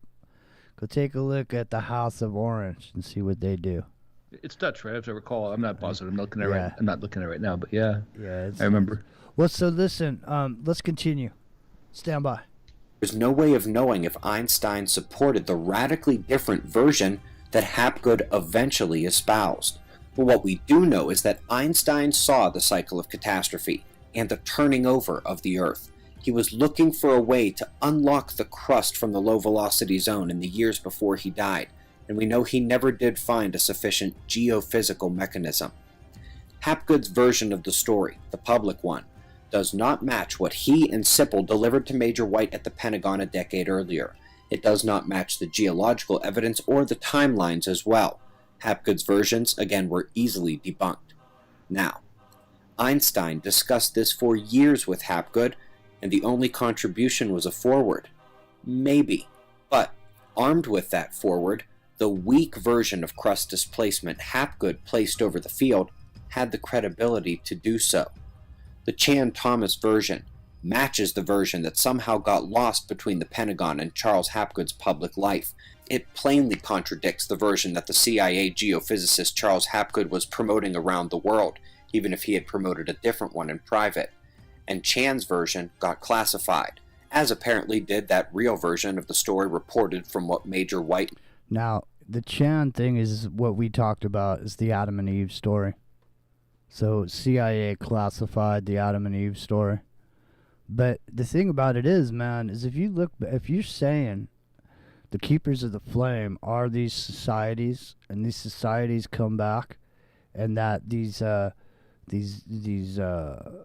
members of these societies come back as program managers and project managers, and they come in and they set everything up and they get everything rolling just the way they want. So eventually, these are the same people that are running the lettered agencies, right?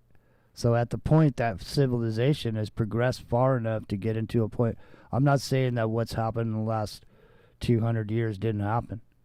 If it's, technology obviously has advanced the way that it has, but then there's always been these little, just like the World's Fair, there's just this, some little thing that gets brought into the mix. Like all of a sudden there's fiber optics. All of a sudden there's personal computers. You know what I mean? Well, all of a sudden, electric light, AC motors, yeah. Exactly.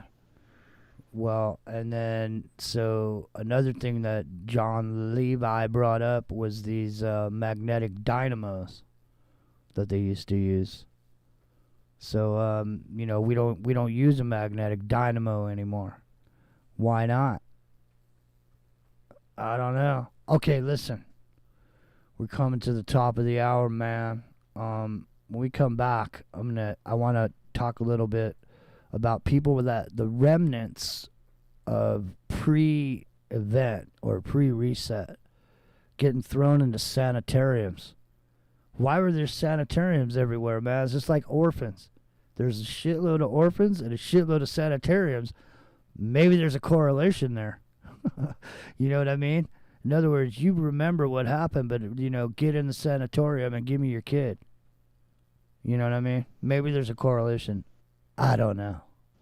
But we are taking a look at whatever there is to look at on this subject. Because I'm just saying, if you're the type of person that likes to ask questions, there's nothing but questions. You got questions, Epic? Well, I got questions about this for sure. That this link, the orphan trains we talked about a couple shows back, is so interesting because it starts right before the Civil War in the 1850s, actually right about the time of the Carrington event, ironically, right? And then goes all the way to 1929, the Great Depression. Talk about a time period where you could actually move a bunch of people around and have them not be accounted for. That's it, right? And they did. And people were showing up here by the boatloads, and they didn't know anything about America except for what they got told, except for what come over the air, come over the radio, and those books. Nobody knew what was going on. Look, I watched a whole video yesterday. It's been recreated by AI of the building of the Hoover Dam. Did you see that video? I sent it to you, but I mean, it's like a 20. It's literally amazing, wasn't it? I mean, that was not a high-tech operation in the slightest, but they were doing it, weren't there? There was like 50 dudes jumping on these elevators, ladies and gentlemen, that were being lifted up by cranes. And then the crane would take this box full of dudes, box full of men, and push it up against the sidewall. And these dudes would jump off and hang off these ropes with, they didn't even have jackhammers. They had crowbars. And they were crowbarring the side of this canyon off to build the Hoover Dam. and place dynamite and stuff in strategic locations. Yeah, that's a day's work right there. Man, it was literally incredible stuff, man. All right, well, it's the top of the hour. It is Thursday. Find the perfect song. It's Thursday morning on the West Coast. It's Aftermath FM.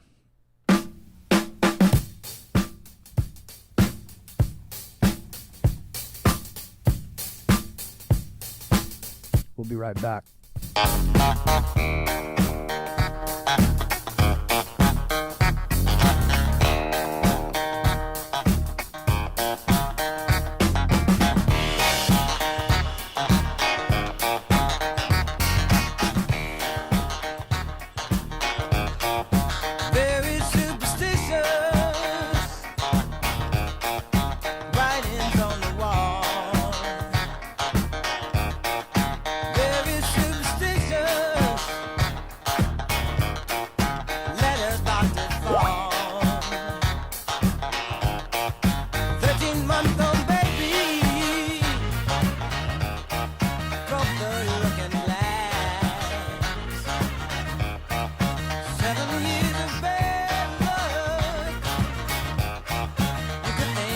Ground Zero with Clyde Lewis, live Monday through Friday, 7 p.m. Pacific.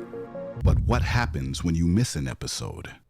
Aftermath.fm is the official free streaming network of Ground Zero, featuring some of the top voices in paranormal and parapolitical radio and podcasts, such as The Leo Zagami Show, Into the Microcosm with Jimmy Jean, The Secret Teachings with Ryan Gable, The Kev Baker Show, The Infinite Fringe with Billy Ray Valentine, and much, much more. What are you waiting for? Head on over to Aftermath.fm right now and get complete on-demand access to the Ground Zero archives, as well as the works of a dozen other hosts. Sign up right now and get complete access to our study groups, videos, and document archives, and connect with other listeners on our private social media network. Aftermath.fm, home of quality counterculture talk radio. Aftermath.fm.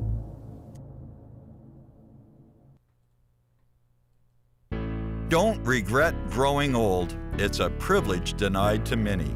Heart disease is taking our youth from us. Young people in their 30s, 40s, 50s, and beyond are dying needlessly. One of the hardest messages I've ever had to deliver is to convince people that something natural like Extendivite should be taken as a preventative measure. I'm sure you heard an ounce of prevention is worth a pound of cure. Extendivite is that ounce. Take Extendivite for 1 year and see what your doctor has to say and how much better you feel. Herbs take time to address the problem. It took years of life to have a problem. Give Extendivite 1 year to fix the problem. Don't wait until it's too late. Call 1-877-928-8822 or visit heartdrop.com or visit us on Amazon. Extend your life with Extendovite.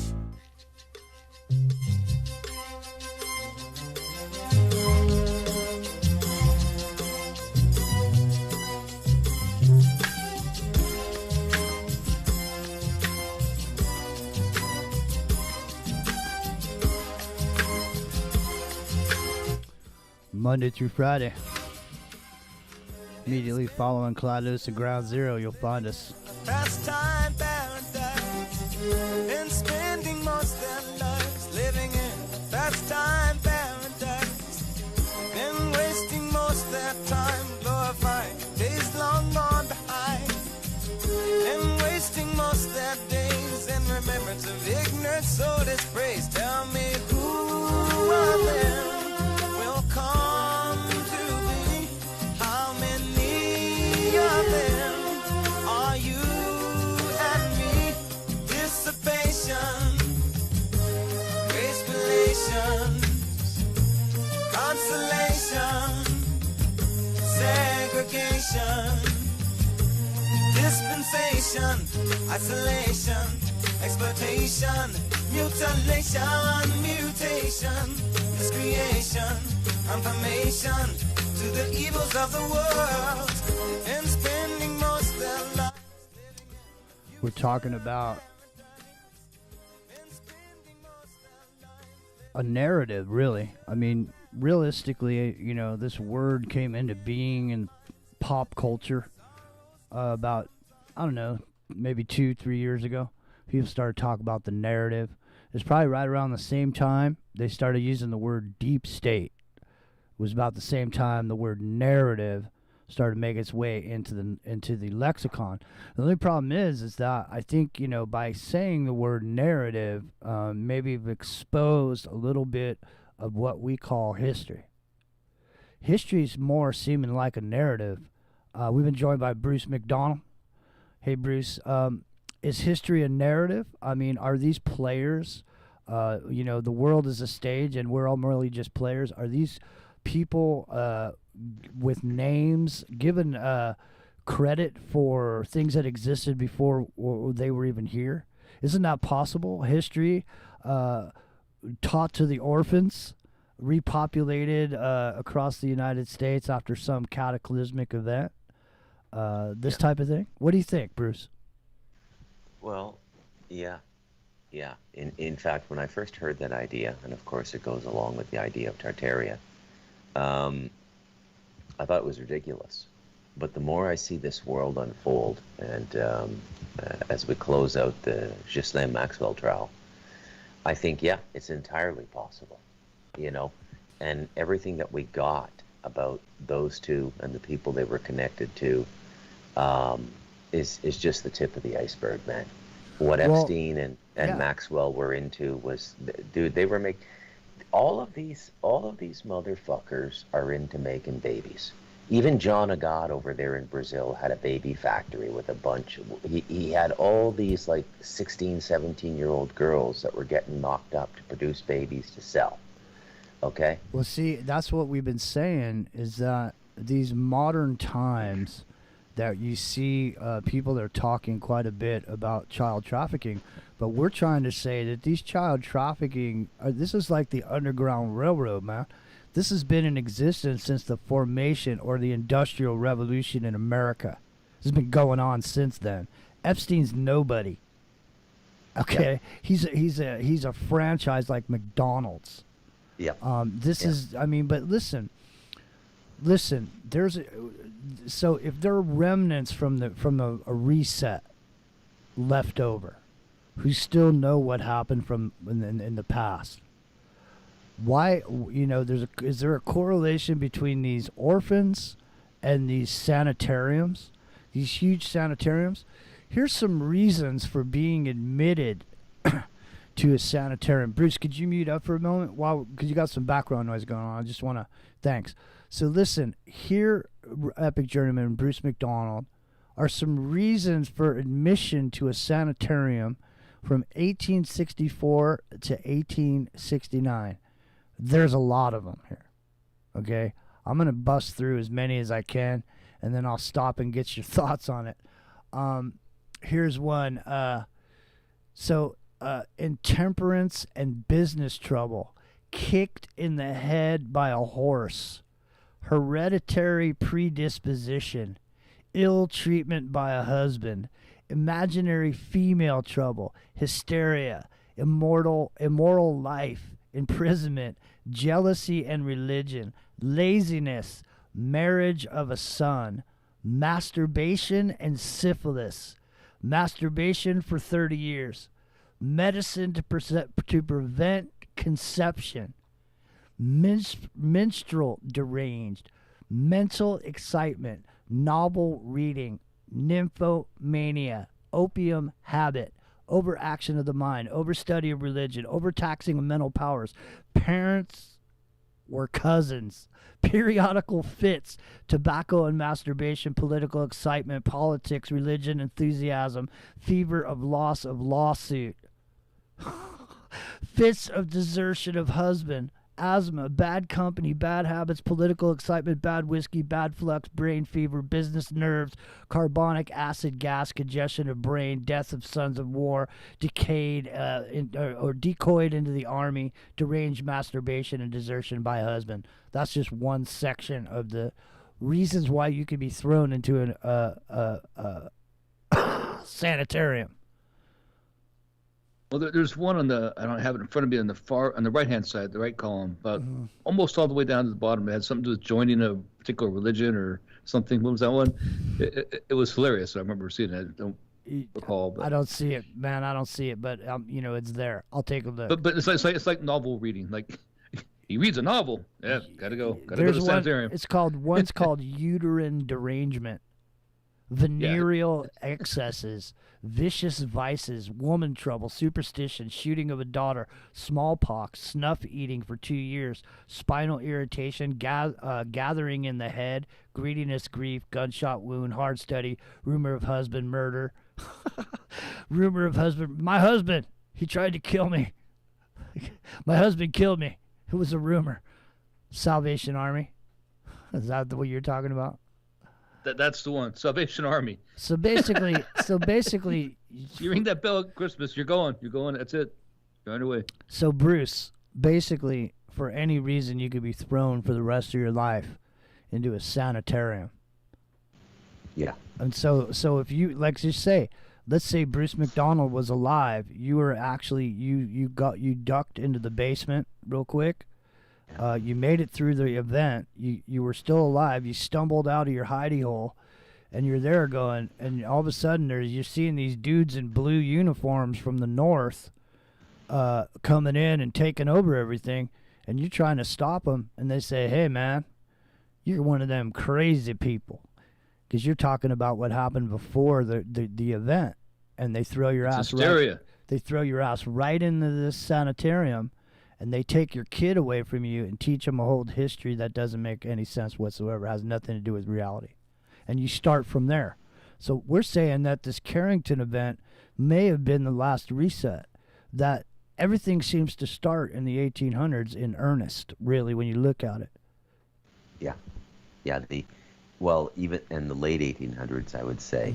I would say the mid-1800s, they're just getting organized. And then around 1870 to 1890, the plan really takes shape, and then they just start executing it with unbelievable acumen and stealth. And nobody saw it coming. And we're so far divorced now from what it means to be a human being that I don't think we even remember anymore. As for history, can it be manipulated? My answer to that question is another question. Do you believe what's in the newspapers on a daily basis? No. If the answer is no, imagine what they can do when they have some time to think about it. Well, especially since the guys coming out with the big printing presses and all that, they were the same guys wearing those big top hats, those stovepipe hats. The stovepipe hat, you're wearing a black trench coat, and you got your hand in your vest. The hidden hand. So, I mean, these stovepipe hats, in America, this capitalist system that was put forward here in the way that it was put forward was set up specifically so certain people could make money. The rest of everybody else is nothing but, ants on the anthill, slaves on the plantation. Yeah. So even about these sanatoriums. Oh, sorry. Go ahead. Go ahead. No, go ahead on the sanatorium. I was going to say that they're when you look at them, I mean, they look like things you see in horror movies. Many of them, I mean, they're straight out of Arkham Asylum, for a Batman reference or something like that. And they're huge. They're well constructed. They're big. They're prisons, right? And you got sent there, you weren't coming back, most likely. You went there originally to die of tuberculosis in many cases or something like that, or because you were crazy, it was an insane asylum, or whatever, the many excuses you put there, just a way to memory hold these people. But those people who got memory hold, I will suggest to everyone that this is where MK Ultra really started, was here. This is how far back it goes. These were the people that, once they have them, right, they could do whatever they want with these people. Nobody's coming to looking for them. That's it. They're test subjects, and everything learned from this, right, has been used ever since. Yeah, and those orphans. When you got an orphan, when you got one of these orphans, the orphan was conscripted to you until they were 21 years old. So in other words, you had a slave. If you got an orphan, you had a slave until they were 21 years old, and everything they did or created or made or the money they made went to you. You owned that person until they were 21 years old. So thing is, when you think about it, And you say, where'd all these orphans come from? Well, they come from these farms where people are being born that nobody knows anything about. So these farms exist now. I mean, they exist all over the world. The people that are really doing the nasty, they don't touch anyone. They don't go anywhere near an Epstein. They got a condo down somewhere in some country with a bunch of single moms in there cranking out babies, being artificially inseminated with people's, sperm samples. Well, even better than that back then. Well, now it's more sophisticated, but in the days we're talking about in the 1800s, they could use those same sanatoriums we're talking about. There's males and females in there. It's selective breeding programs. Yeah. Right. And then they educate all these children that were on these orphan trains. What do they all say? They were well educated. They were showcased when they got to their town they arrived in, and people picked them. They questioned them, asked, like buying a slave. It's like buying a slave, exactly. Yeah, but they were sophisticated. They knew a lot, right? Because they're educated before they got there somewhere, right? How do we know they weren't actually bred for this purpose from the result of something like this sanatorium system that was set up throughout the country? Could have been. I mean, where did they come from? I'm just saying, where did all those orphans come from? Where did they come from? And it's all of a sudden, too. It's like, boom. It's like all of a sudden New York City. All of a sudden. Have either of you two ever seen a picture of New York City with like one high rise and then maybe two and then three? And then just all of a sudden there's this whole skyline that's been built over time. There's just crane after crane. Listen, man, I live in, the Bay Area in San Francisco. If there is 6 cranes going on in San Francisco, 6 cranes building a building, there's nobody in the union halls anywhere. Everybody's working. 6 cranes. How many cranes would it take to build New York City back in the day? I mean, I know they were doing it. I'm not saying they weren't, but I'm saying maybe they were doing it and they were fixing things that were already there or adding to what they already saw and just copying what they saw. How much about that? What do you think about that, Epic Journeyman, Bruce McDonald? Have any of you seen the building of the New York City skyline? I only see the ones of the buildings themselves, like when they're working on not World Trade Center, well, that too, but Empire State Building famously and things like that. Where Coney Island, there's pictures of Coney Island's one I've seen, just like they have a Belmont Park in San Diego, where they have it from the beach on. I've seen those pictures, but the actual when you're talking about the Manhattan skyline, seems like it's picking up from a bunch of at least 20-story buildings already being there. That's what I mean. I mean, somebody just goes, okay, hey Bob, okay, you own all this from here to here. Just get out there and make it happen, Bob. Go ahead, make us proud, brother. Put your hand inside, and then he takes your picture. Make sure you get that hand in your vest real quick, and make sure people know who's on top. Well, right. And I'm not saying all those buildings were already there when they got there. That's not what I'm suggesting at all. What I'm saying is that there was buildings. We're talking about the hidden hand here. We're talking about the ones that were made by those secret societies, specifically the Masons in this case, right, who want to showcase their work. And that's the ones you see all the pictures of. That's why you see those ones, right? Well, if everybody got torched from a gamma ray burst and there's nobody left and nothing but a bunch of empty buildings and a bunch of wreckage all over America, but you were the dude who was sitting on the other side of the planet because you knew it was going to happen. And you just show up here, like I say, with project managers. You start flooding it in. Say you're looking for immigrants. And come on, we're welcoming the immigrants, the land of the free, home of the brave. Come on over. Everybody just mobbing over here. When they get here, they don't know any different. They think those buildings were already there. How are they going to know? They're just populating them, right? They're just getting in there. Let me ask you a question, man. Let me ask you a question. Because it's something that's plaguing me. And I'm sure it's plaguing you too, Bruce. I'm sure you've sat around thinking about this.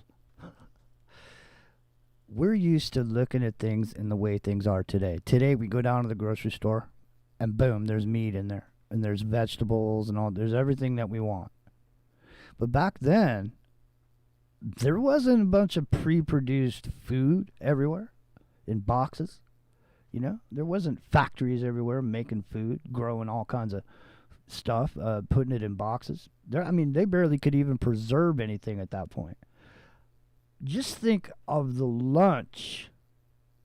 Just think of how much food you would eat at lunch building one of these World's Fair. You're building 43 buildings consecutively, fake buildings. You got men all over this job site. There's no trucks pulling up with making burritos, man. Where's all the cattle? Where's the beef, man? Literally. Where's the beef? Well, on family farms, I think. Family farms. They said there was 24 million people that visited that Columbus World Fair. 24 million people. That's a lot of cheesesteak sandwiches at the World's Fair, Jack. Okay? Even if it was just one each. Where's the cattle? Where's the beef? The population of the United States was 38 million at that time. Maybe it just crossed 40. And why is everybody just rolling around with nothing better to do? Hey, honey, let's hop in our horse-drawn wagon and head on over to the World's Fair down there. I hear there's a bunch of new stuff going on. You know what I mean? None of it makes sense, man. It makes no sense, man. Imagine a trip for Gustav coming on over from the House of Orange or whatever, right? That's exaggeration. Sorry, House Even of Orange, if they coming from Europe, coming across on the Titanic, basically, see a steamship, and then taking the railway over there and going to Chicago. That's what I mean. Whatever. It wasn't a trek. It wasn't an interdependent world where you could get watermelons no matter what time of the year it was. You still, at that time, you only got what was grown. And you got it. I mean, literally, think about it. How were they feeding all those people in all those buildings in New York City then? How? Listen. Look at what we have to do today to feed those people. So there's different people living in those houses and in those apartments and in those buildings. But look at the infrastructure we have to have just to support the food in that city for that day. Just one day. Think of how much food gets eaten in New York City in one day. Yeah, we're dealing with thousands of metric tons of food. So I mean, it's always been transported by truck, right? I mean, for the most part, truck or train. Refrigeration trucks and stuff like that. They didn't have refrigeration van. They didn't. That was, remember that movie book East of Eden? Yeah. That was how James Dean was trying to impress his father. Was that he had World War I or whatever was happening, and they were trying to get the vegetables. You put ice in there. Remember? Yeah. So Jimmy, your listeners are well aware of me. I've told my story on your show before, how I live. And, I raise livestock and I grow crops and I have a garden. And I can tell you that your measure of peace, your peace of mind, there's a correlation between it and your autonomy. Now, I'm not crapping on interdependence and complex societies. They can be quite beautiful if they're done right. But let's be honest. I mean, in the past, they were usually done by monocultures. The Russians had a brilliant farming and peasantry system. What the Russians called peasants in 1870 was probably the highest standard of true living that human beings have achieved. Okay, and it was beautiful, and it's the same thing. In all countries that have done really well with complex societies, they usually have a single dream. You have to have a single dream. What's happened in the West now, and when you look at America, there was a single dream, even 75 years ago, and probably 50% or more of the population of America still lived on farms after World War II.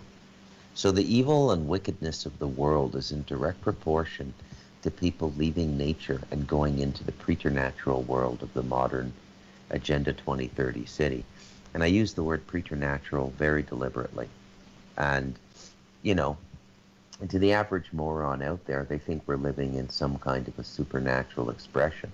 Look at everything we can do with technology and and science, but it's all bunk, man. And they're after your soul. Don't kid yourself.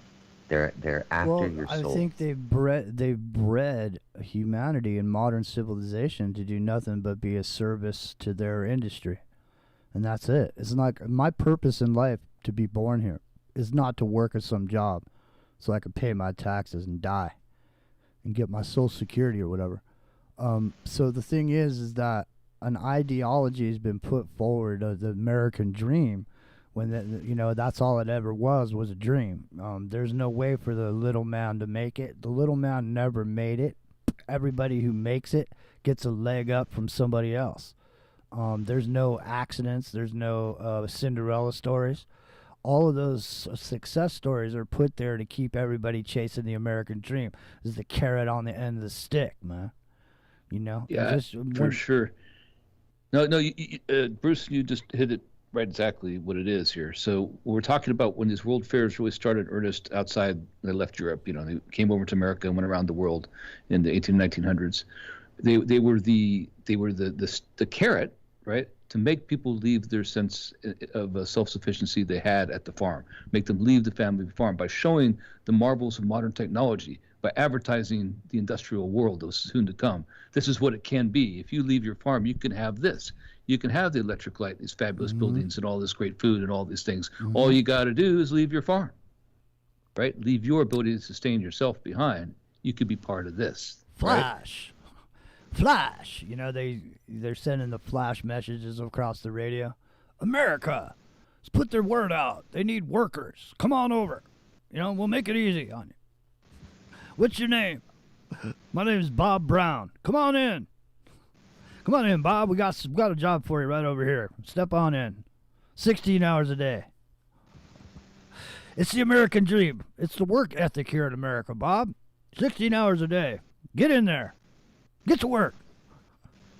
You sure spend $9 on those incubator babies to go see them while you're there. Dude, seriously, no. I'm infatuated with this food production idea because I'm infatuated with this food production idea just simply because how many head of cattle were? Maybe we should look that up. See how many head of cattle they say there were in America in the 1800s, in the mid 1800s. How many head of cattle? Because there would have to be literally buffalo herds of cattle.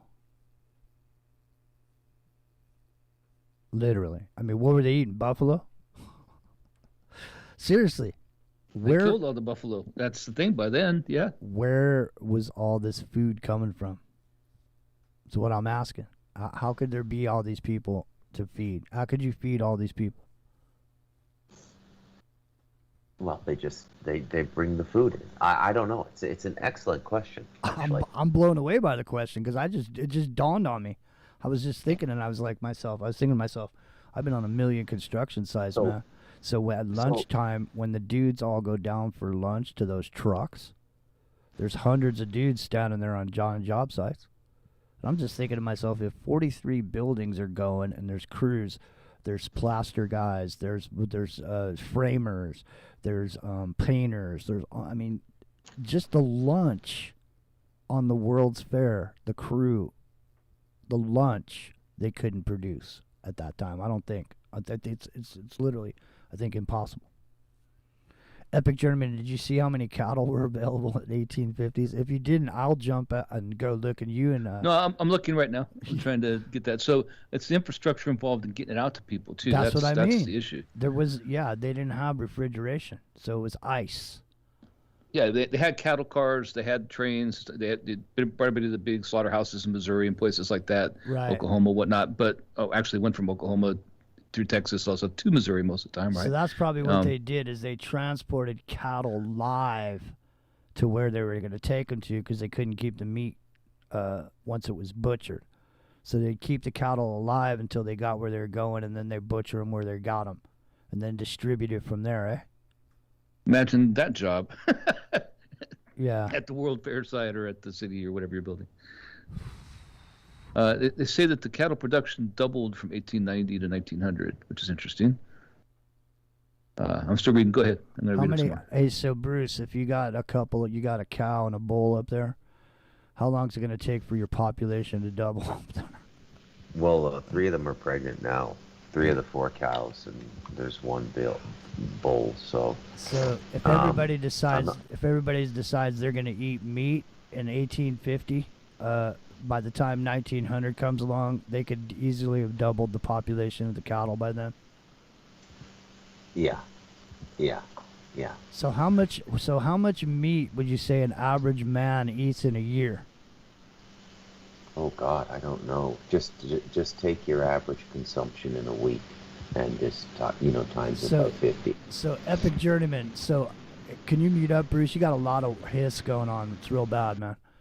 So Epic Journeyman, if a man eats a certain amount of meat in a year, then that would mean so many cattle per man. So how many cows per man do you think it takes per year to survive? I have to look that up. I've seen that before. Basically, one cow per person would be more than enough, I think, per year. But the thing is, we're saying 40 million people, or in the case of the visitors to the fair, 21 million people, or whatever at that time, right? They're feeding, not all with beef, let's say. But an interesting thing happened, and it correlates to this time frame again. They invented the refrigerated rail car in the 1860s, again, during the Civil War. I mean, so you have it all come together at this exact same time, as if it was a planned operation from the get-go. Like, and it may have been. I mean, it very well might have been.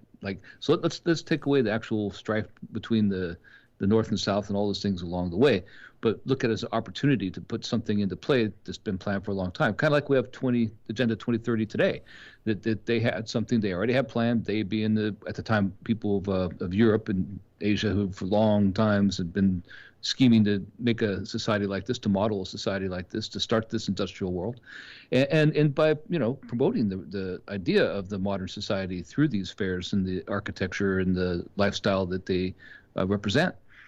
And here you enabled it with the railway and the refrigerated rail car, and all these people, ironically also that worked on those railroads, came from San Francisco after getting done with the stuff there. A lot of them from China and stuff to work on the railroads, right? A lot of these orphans ended up missing, right? Where people got shanghaied and put to work out there that nobody ever saw again. They were out there laying tracks, right? Well, that's another thing it's all here. That's another thing about these rails is that there's a lot of speculation that these rails were there already ahead of time. Rail was a way to travel. It was already there. And maybe what they were doing is replacing some of that stuff that got melted or twisted. You know what I mean? So all of a sudden they're just going across the United States, just boring holes in mountains. Hey, I invented this thing called a train. Quick, throw me some tracks and get me some tunnels. Come on, man. It makes no sense. With a bunch of ragtag Irishmen and Chinese guys. I mean, they used to. No, man, they paid these guys on. You know how Wells Fargo got started? They were Chinese. It's a Chinese-owned bank. If people don't realize that, Wells Fargo's owned, Chinese-owned. Yeah, it started back in the day when the railroads were being built. Caldwell as well, but with Stanford, literally the Stanford family. All those people knew each other, and all that stuff happened in San Francisco Pacific Railroad. Yeah. So another tie-in to Stanford again. Yeah. Ironically. I wonder if they were wearing stovepipe hats with their hand in their vest. I'm just kidding. Almost certainly. I'm sure they were. So there it is. We're at the bottom of the hour here. We're going to take a quick break. Mom's Jimmy. It's in the microcosm. We shall be right back. Ground Zero with Clyde Lewis. Live Monday through Friday, 7 p.m. Pacific. But what happens when you miss an episode? Aftermath.fm is the official free streaming network of Ground Zero, featuring some of the top voices in paranormal and parapolitical radio and podcasts, such as The Leo Zagami Show, Into the Microcosm with Jimmy Jean, The Secret Teachings with Ryan Gable, The Kev Baker Show, The Infinite Fringe with Billy Ray Valentine, and much, much more. What are you waiting for? Head on over to aftermath.fm right now and get complete on-demand access to the Ground Zero archives, as well as the works of a dozen other hosts. Sign up right now and get complete access to our study groups, videos, and document archives, and connect with other listeners on our private social media network. Aftermath.fm, home of quality counterculture talk radio. Aftermath.fm. Don't regret growing old. It's a privilege denied to many. Heart disease is taking our youth from us. Young people in their 30s, 40s, 50s, and beyond are dying needlessly. One of the hardest messages I've ever had to deliver is to convince people that something natural like Extendivite should be taken as a preventative measure. I'm sure you heard, an ounce of prevention is worth a pound of cure. Extendivite is that ounce. Take Extendivite for 1 year and see what your doctor has to say and how much better you feel. Herbs take time to address the problem. It took years of life to have a problem. Give Extendivite 1 year to fix the problem. Don't wait until it's too late. Call 1-877-928-8822 or visit heartdrop.com or visit us on Amazon. Extend your life with Extendovite. It's Aftermath FM.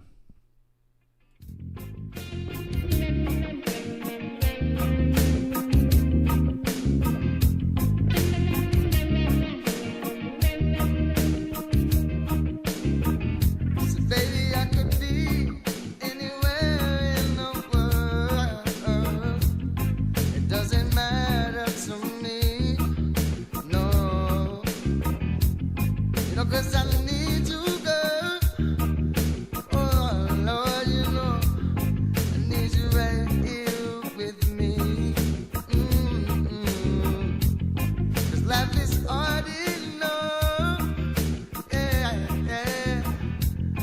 With the letdowns and the sadness of each day. Monday through Friday, 10:30 Pacific. You'll find us right here. It's getting better in every way. Baby, yes, I'm so satisfied. Oh, with you, you're my life. Baby, yes, I'm so satisfied. Oh, yeah. You're with you in my life. 'Cause baby, you send me right where I want them be. Oh, oh, oh. You know, love, in your arms of love. Oh, yeah, yeah. You know it's where I wanna be. Watching life pass me by. Watching more so. Josh Heinrichs. It's Aftermath FM. Mine's Jimmy. It's Epic Journeyman there. And Bruce McDonald over there in the Talamanca Mountains, Costa Rica. We're talking about the narrative and the sanitariums and the orphans. The sanitariums and the orphans. There's a correlation. I mean, there's something there that just has I don't know, it just feels like a reconstruction after the reset, a repopulation after the devastation. I'm saying quite a bit of America may have already existed prior to the Industrial Revolution. Is that why they called it the Great Reconstruction? Because after the Civil War, that's what it's called, right? The Reconstruction.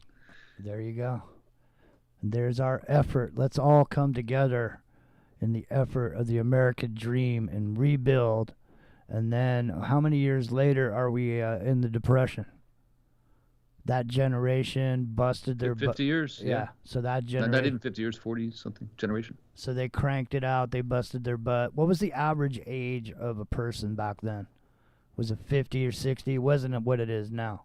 It wasn't longer. It was shorter back then, wasn't it? See, The average population. that's another thing I wonder about is the statistics they give us about the past. I think they're bullshit. I think that people lived a lot longer than it. Look, if you're eating natural food and you're eating clean and you're drinking clean water, you're going to live a long, good life unless you die by accident, okay? Do you know that cancer was so marginal that they didn't even start keeping statistics on it till shortly after World War II? You know, it was so rare. It was like lupus, you know?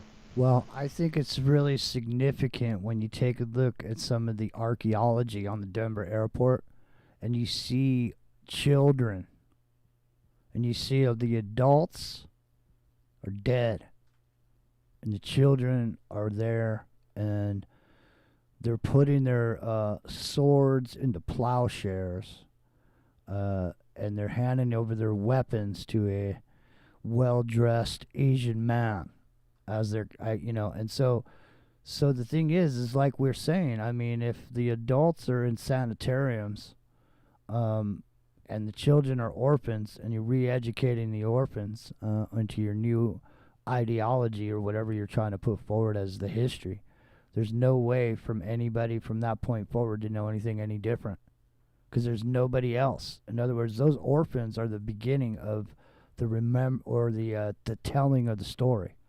They're the ones that were, like if you play that game Telephone, it's like that. So these orphans were the beginning of the telephone game. And they started it out with these top hats, these guys with these stovepipe hats, and their hands in their vests. They came here and repopulated this place after the last reset. That's what I think. But I mean, if I'm wrong, it's fine. I mean, it could just be. It's conjecture. It's fun to think about just because there are a lot of unanswered questions about some of these things. So to Bruce's point and your point, the average lifespan of a male in 1900 was 46.3. It's basically 47, let's say. And then in the this average life expectancy supposedly, which we all know, to Bruce's point, is bullshit. I mean, we all have grandparents who lived longer than that right back then, and I'll have stories of people living longer than that, so I don't buy that as an average life expectancy. Whereas today, or in 1998, which is where I'm following stats here, and this one is 73.8, 74. It's interesting, though, because you're saying that the stock market and the depression happened right after that. So that generation, that 50 years, most of those people had gone, but their children were alive, and it was that second generation that got the rug pulled out from under them again. That's right. And made them all start back again from scratch. Everybody's now dirty-faced, wearing, standing down in the soup kitchens. In the soup the line. orphan train stopped in 1929. Exactly right. Yeah. So they're in the soup kitchen. Exactly right. Yeah, man. This whole thing is an operation from beginning to end, with nothing but characters, script readers, and anything you see on the news or being put on TV is just there specifically to manipulate the population. Because you can't go around and hit everybody with a stick and make them do what you want. You gotta psychologically manipulate them in order to get them to do what you want, or be born into a situation where you're just taught what you're taught. In other words, if you were born on a plantation and you didn't know anything else in your whole life except being on that plantation, you wouldn't know any different. You wouldn't know you were a slave. You just think that's what life is. You just think that's what life is. There's a guy, he comes around, he hits me if I don't do what he says. And I'm on this place, and this is where I live, and this is where I get my food. You don't know any different. The only time you found out you were a slave was when somebody tells you you're a slave. Other than that, you don't know any different. You're born that way. How do you tell the difference?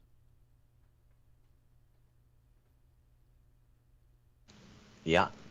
Our society and our family gives us our primary context in life. The only way you can recontextualize your life is through spiritual discipline, I think. There's no other way. Well, it's wild, man. It is wild as it can be. And it's a wild ride on Into the Microcosm. Listen, I'm gonna toss it over to you two guys here for a few minutes here. I got to go and check something out in the house real fast. I will be right back. It's Into the Microcosm. That's Epic Journeyman, and this is Bruce McDonald. But Epic. So the magnetic event, the weakening of the magnetic field, the micronova, the gamma ray burst, all these things would account for the missing wooden roofs on buildings, these massive fires. I mean, when did the Chicago fire happen? It got kicked over by a mule, kicked over a... That story, yeah, kicked over something. Yeah. And the big San Francisco fires because of the earthquake, right? The Great Quake, and yeah. And then London fire, and then the one in Rome. Blame on Nero, right? Who blamed it on the Christians afterwards. If you think about it, these fires have been the resets for time immemorial when you go back and think about the great civilizations of the world in history for a long time. Well, maybe right before they know the reset's going to happen, what they do is they go in and they have a war of some kind and destroy a bunch of stuff. So it makes the story jive. Thank you for reminding me. Just made me think of exactly what I wanted to bring up as a weird but cool kind of thing. When we talk about the end of the one era going into the next, how all this stuff happened in the 1800s. Let's go to the War, but start the Revolutionary War. So we'll go to 1780s, 90s, and France helped us, right? And then France had their revolution after us, right? And so now we're talking about this 1800 mark where all this stuff's gone on. There's been these revolutions in both sides of the world, in both continents, and not sides of the world, but in America and in Europe. And then what comes out of that? Well, you have that kind of reset, and you have the Napoleonic Wars. But what did Napoleon do? He goes down to Egypt. And we're talking about the cannons and all those bricks and everything, and supposedly destroying all this stuff that was down in the south. And it was obviously destroyed, definitely, and much of it by fire. They go and start shooting at the pyramids and the Sphinx with the cannons. Supposedly, the myth is that the Sphinx is missing its nose from one of Napoleon's troops taking target practice on the Sphinx with the cannons. And Napoleon goes on and he sleeps in the Great Pyramid, as Alexander the Great had done before him, and Aleister Crowley did after him, right? Weird tie in there too. So went to Egypt for some reason, but what about the idea that he went to Egypt? Because all these times, over time immemorial, they tried to destroy the evidence in Egypt, and they were never able to do it. They brought the cannons down there and tried it, and they couldn't do it. They tripped the casing stones off, but when the Islamic takeover happened, they took all the casing stones and used them to make other temples and stuff, but they weren't able to take out the rocks themselves, the pyramids. When Napoleon got there, he tried to destroy it with his cannons and was unable to do it, right? So there might be something to that. Like if they're trying to destroy evidence of a prior civilization and they were able to elsewhere, still unable to destroy the great ones in stone. Yeah. Very, very probable. Very probable. For me, the root question is, who are we? And then from there, everything else is easier to answer. So I don't go down these rabbit holes as much because I don't think there's any solution to them. I don't think that there's any way to really figure them out. Go ahead, Epic. Yeah, it's looking for proof, right? That's the issue, because it's conjecture. Everything we're saying tonight is speculation in the highest order.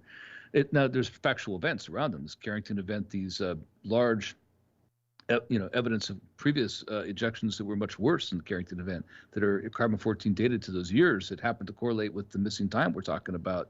That's been hypothesized as well. And buffer exactly the start of we're talking about not the Merovingians, I'm sorry, the Charlemagne in that empire, right? And then at the other end of it, and it correlates at the beginning of this time with the Byzantine Empire, which is taken over for the collapse of Rome, and like I said, the Tibetan stuff going on there with making a deal with China to allow them to have their land. All these things happen at the beginning of that, and then this is a time that if you wanted to make a narrative, as we used the term earlier, that you could make. The theory is that time never happened, that time didn't happen at all. Everything in that time is made up. That's what this hypothesis suggests, right? And then you go to the second half of that. So that's the first 200 years. It is buffered by those, that's a bookended is a better description, by those two big Carrington-style events. And then after that is the Dark Ages. That is when all the books are written by the scholastic, the keepers of written history. From that time frame, seem to have dropped off dramatically. We only have like 8 texts, I think they said, for that next 100 years.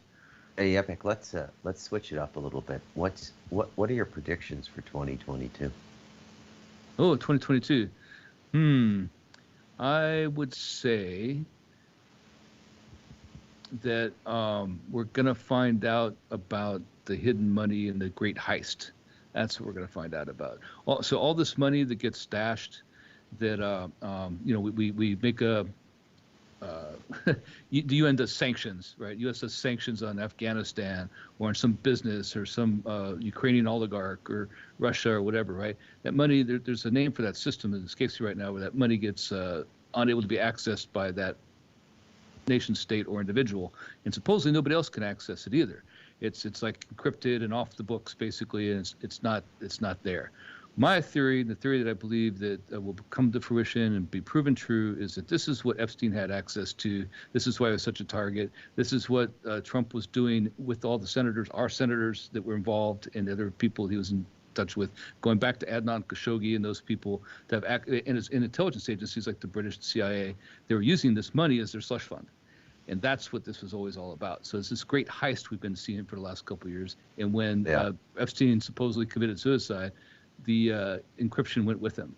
So there's a lot of pissed off people, and so that money's still out there that they want access to, and that's what's going to be found out. That there's this. So, when I see things like I don't think they're going to find the money, and I don't think they're going to get the money back. But I do agree with you. I mean, in every way possible, even on the micro, it's rioting in cities and looting, which is happening quite frequently in the last 4 or 5 years, and it's epidemic now apparently in California. Epic. They say that what is the big pharmaceutical chain in CSV in San Francisco is closing 5 of its stores. They can't contend with it. I wouldn't even call it shoplifting anymore. Like, homeless people are just walking in and filling bags of stuff and walking out. And they got it all on camera. The cops don't charge anybody or anything. And that's the microcosm. The macrocosm is the corporate looting that started, I would say, I place it in 2007 and 2008 with the subprime mortgage. But it's been going pretty steady for 12, 13 years now. And it's a very bad sign, right? Because, I mean, America is being deconstructed. Everybody knows it except the average person, especially the middle class. They're the ones, the dirt poor know it. They know there's no sheriff in town. They know they can go in and rob a Walgreens and nothing is going to happen. And the super rich, they know it too. It's just the people in the middle that haven't woken up to it yet. What do you think of that idea? Well, the idea of this deconstruction is Steve Bannon all the way. I'm not gonna blame it all on him, but that's his whole thing, right?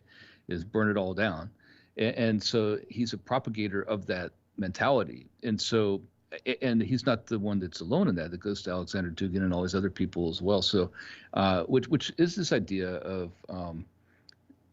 taking the only best example the world's had, supposedly we've been led to believe, is the American system for at least a couple hundred years here, right? And whether it was true or not that whole time, I doubt. I'd say for 100 years though, yeah, we've been a good example for the world to aspire to, and for the world to go the direction it wants to go back to, kind of a technocratic monarchy where we're in this kind of techno-feudalism. That's what I call it, techno-feudalism, which I do see being on the horizon, absolutely, 100%, right? That is the goal. We need to go away. We stand in the way of that happening. So America does have to be destroyed for that to happen. I do think that's exactly why this has been allowed to happen and been the goal for quite a while now. We're just starting to see it come to fruition. Yeah. So depressing, But I think in 2022 we'll start to see more of that. More people will be aware of that. Yeah, man. I don't get depressed. I never get depressed. I've never gotten depressed in my life. I don't understand depression. I don't understand people who get it. I'm knocking on wood here. But well, who the heck knows, man? All I know is there's a bunch of people on Aftermath FM want to thank everybody for being here because we're out of time, unfortunately. But we're going to revisit this again because I'm telling you right now, it looks like that 300 years that Epic Journeyman was talking about, you know, I think that 300-year period is enough time to redo anything from scratch if something exists. But like we were saying earlier, if there was a reset, and hey, what's going on, EK? If there's a reset and you went and hide in a cave somewhere, right? You come out, man. You're a hairy monkey, unevolved, sitting in a cave. You know what I mean? Your children grew up in that cave, and they didn't know anything about 1776 and George Washington chopped down the cherry tree. Yeah. You see what I mean? There's no way to really know. And that's something that, that sparks the imagination. So tonight we created a fictional novel of potentialities, and our imaginations have all run wild. We've asked questions, and I think those questions, especially the food production for all those people, to me, that's something I just can't see how it's being done. How long does it take to grow a cow from a calf to a full-sized eating feast? About 2 years. So 2 years. So if there was double the amount of cows, 50. Or how much time did you say there was? 50 years. There was twice as many cows. It's 1880 to 1900. Okay, Yeah. so 20. So, but the thing is once a cow gets butchered, you're still waiting for the next cow. You got to keep them growing. You know what I mean? So I mean, it's this nonstop conveyor belt of meats and vegetables. Just going to New York City alone, how's anybody else eating back then? I'm just saying, you got New York, Chicago, all these different places where there's conglomeration of industrial revolution going on. And how I'm just saying, how many foods was there? Kraft was there. All these same companies that were there at the beginning are still there, and they own every other company underneath them that was ever made, that makes food, right? I'll bet you the original 5 food production, the production of pre-packaged foods, I'll bet you they're still there, and they probably own everything. I haven't looked into it, but something tells me that's the way it's going to roll. They were there at the beginning. Oh, very well, could be.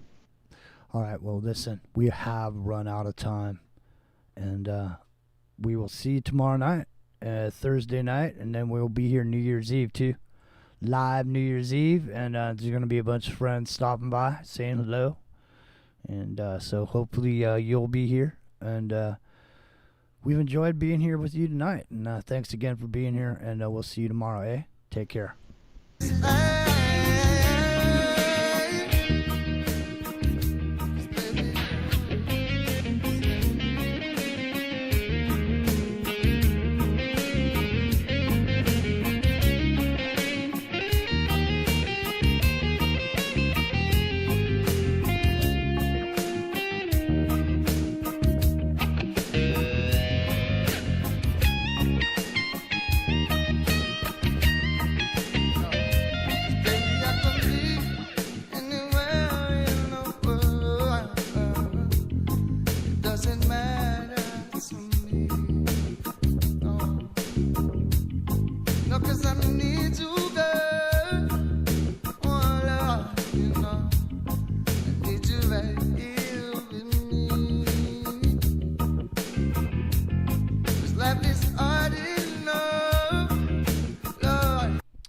We still got 650 people on the Aftermath FM website, and we are number 5 on TalkStream Live. So thanks for being here, everybody. Appreciate everybody very much. My PayPal's in there if you guys want to give me a hand. I'd appreciate it. and we appreciate it. Any tips will be available. Just go ahead, and my PayPal's there. All right. And the trains replaced cattle drives, 1873 to 1875. Yeah, so back then they're like, yeah, yeah. Rawhide. You know what I'm saying, though? Oh, for sure. I mean, that whole lifestyle disappeared shortly thereafter, right? Again, it's the life on the free range, the self-sustaining farmer, the little house on the prairie, being tempted away by that life in the big city, that futuristic look, the Jules Verne life that you saw at the World Fair, that you took the train to get there along with the cattle you ate when you did. Well, listen, the other thing is, too, is you think about this guy, man, paddling down to discover America or whatever. You know what I mean? The one guy that went down in his canoe or whatever. You know what I'm saying? And he they had to send out explorers, but that's not to say that the cities weren't there when they got there. You see what I mean? He's sending back information, but he's saying, I found another city. This one's just like New York. You got to steer the trains around this one until we get their guys in there. You know what I mean? It's ridiculous, man. Seriously, I don't know. Especially when you see that map of California being an island, and you think if California was an island and the Sierra Nevadas was what was jutting up, and then the other side of the Sierra Nevadas was filled with ocean water. They have those Chinese anchors they found that are 1,000 years predating anybody supposedly being here from Europe. All so right. that means the Chinese were here at least 1,000 years before in California, maybe the island of California, but they were there. Well, listen, I don't have to drive home tonight because I moved everything over here because I'm rewiring the studio. So I have everything over at my mom's house, so I'm over here. And I was getting loud earlier. I forgot I wasn't at the studio. So I'm going to have to figure out how to make that transition because I'm going to stay over here for the next couple of days till I'm going to go over there and get everything squared away and move some stuff around in the studio and stuff. Change it up for the new year. So, all right. Well, thanks for being here, Bruce. Thanks for being here, Epic. Thanks for being here, everybody on YouTube. And we will see you soon, like tomorrow night. Aloha from Speculation Island. There you go, man. All right, everybody. We'll see you later. Yeah.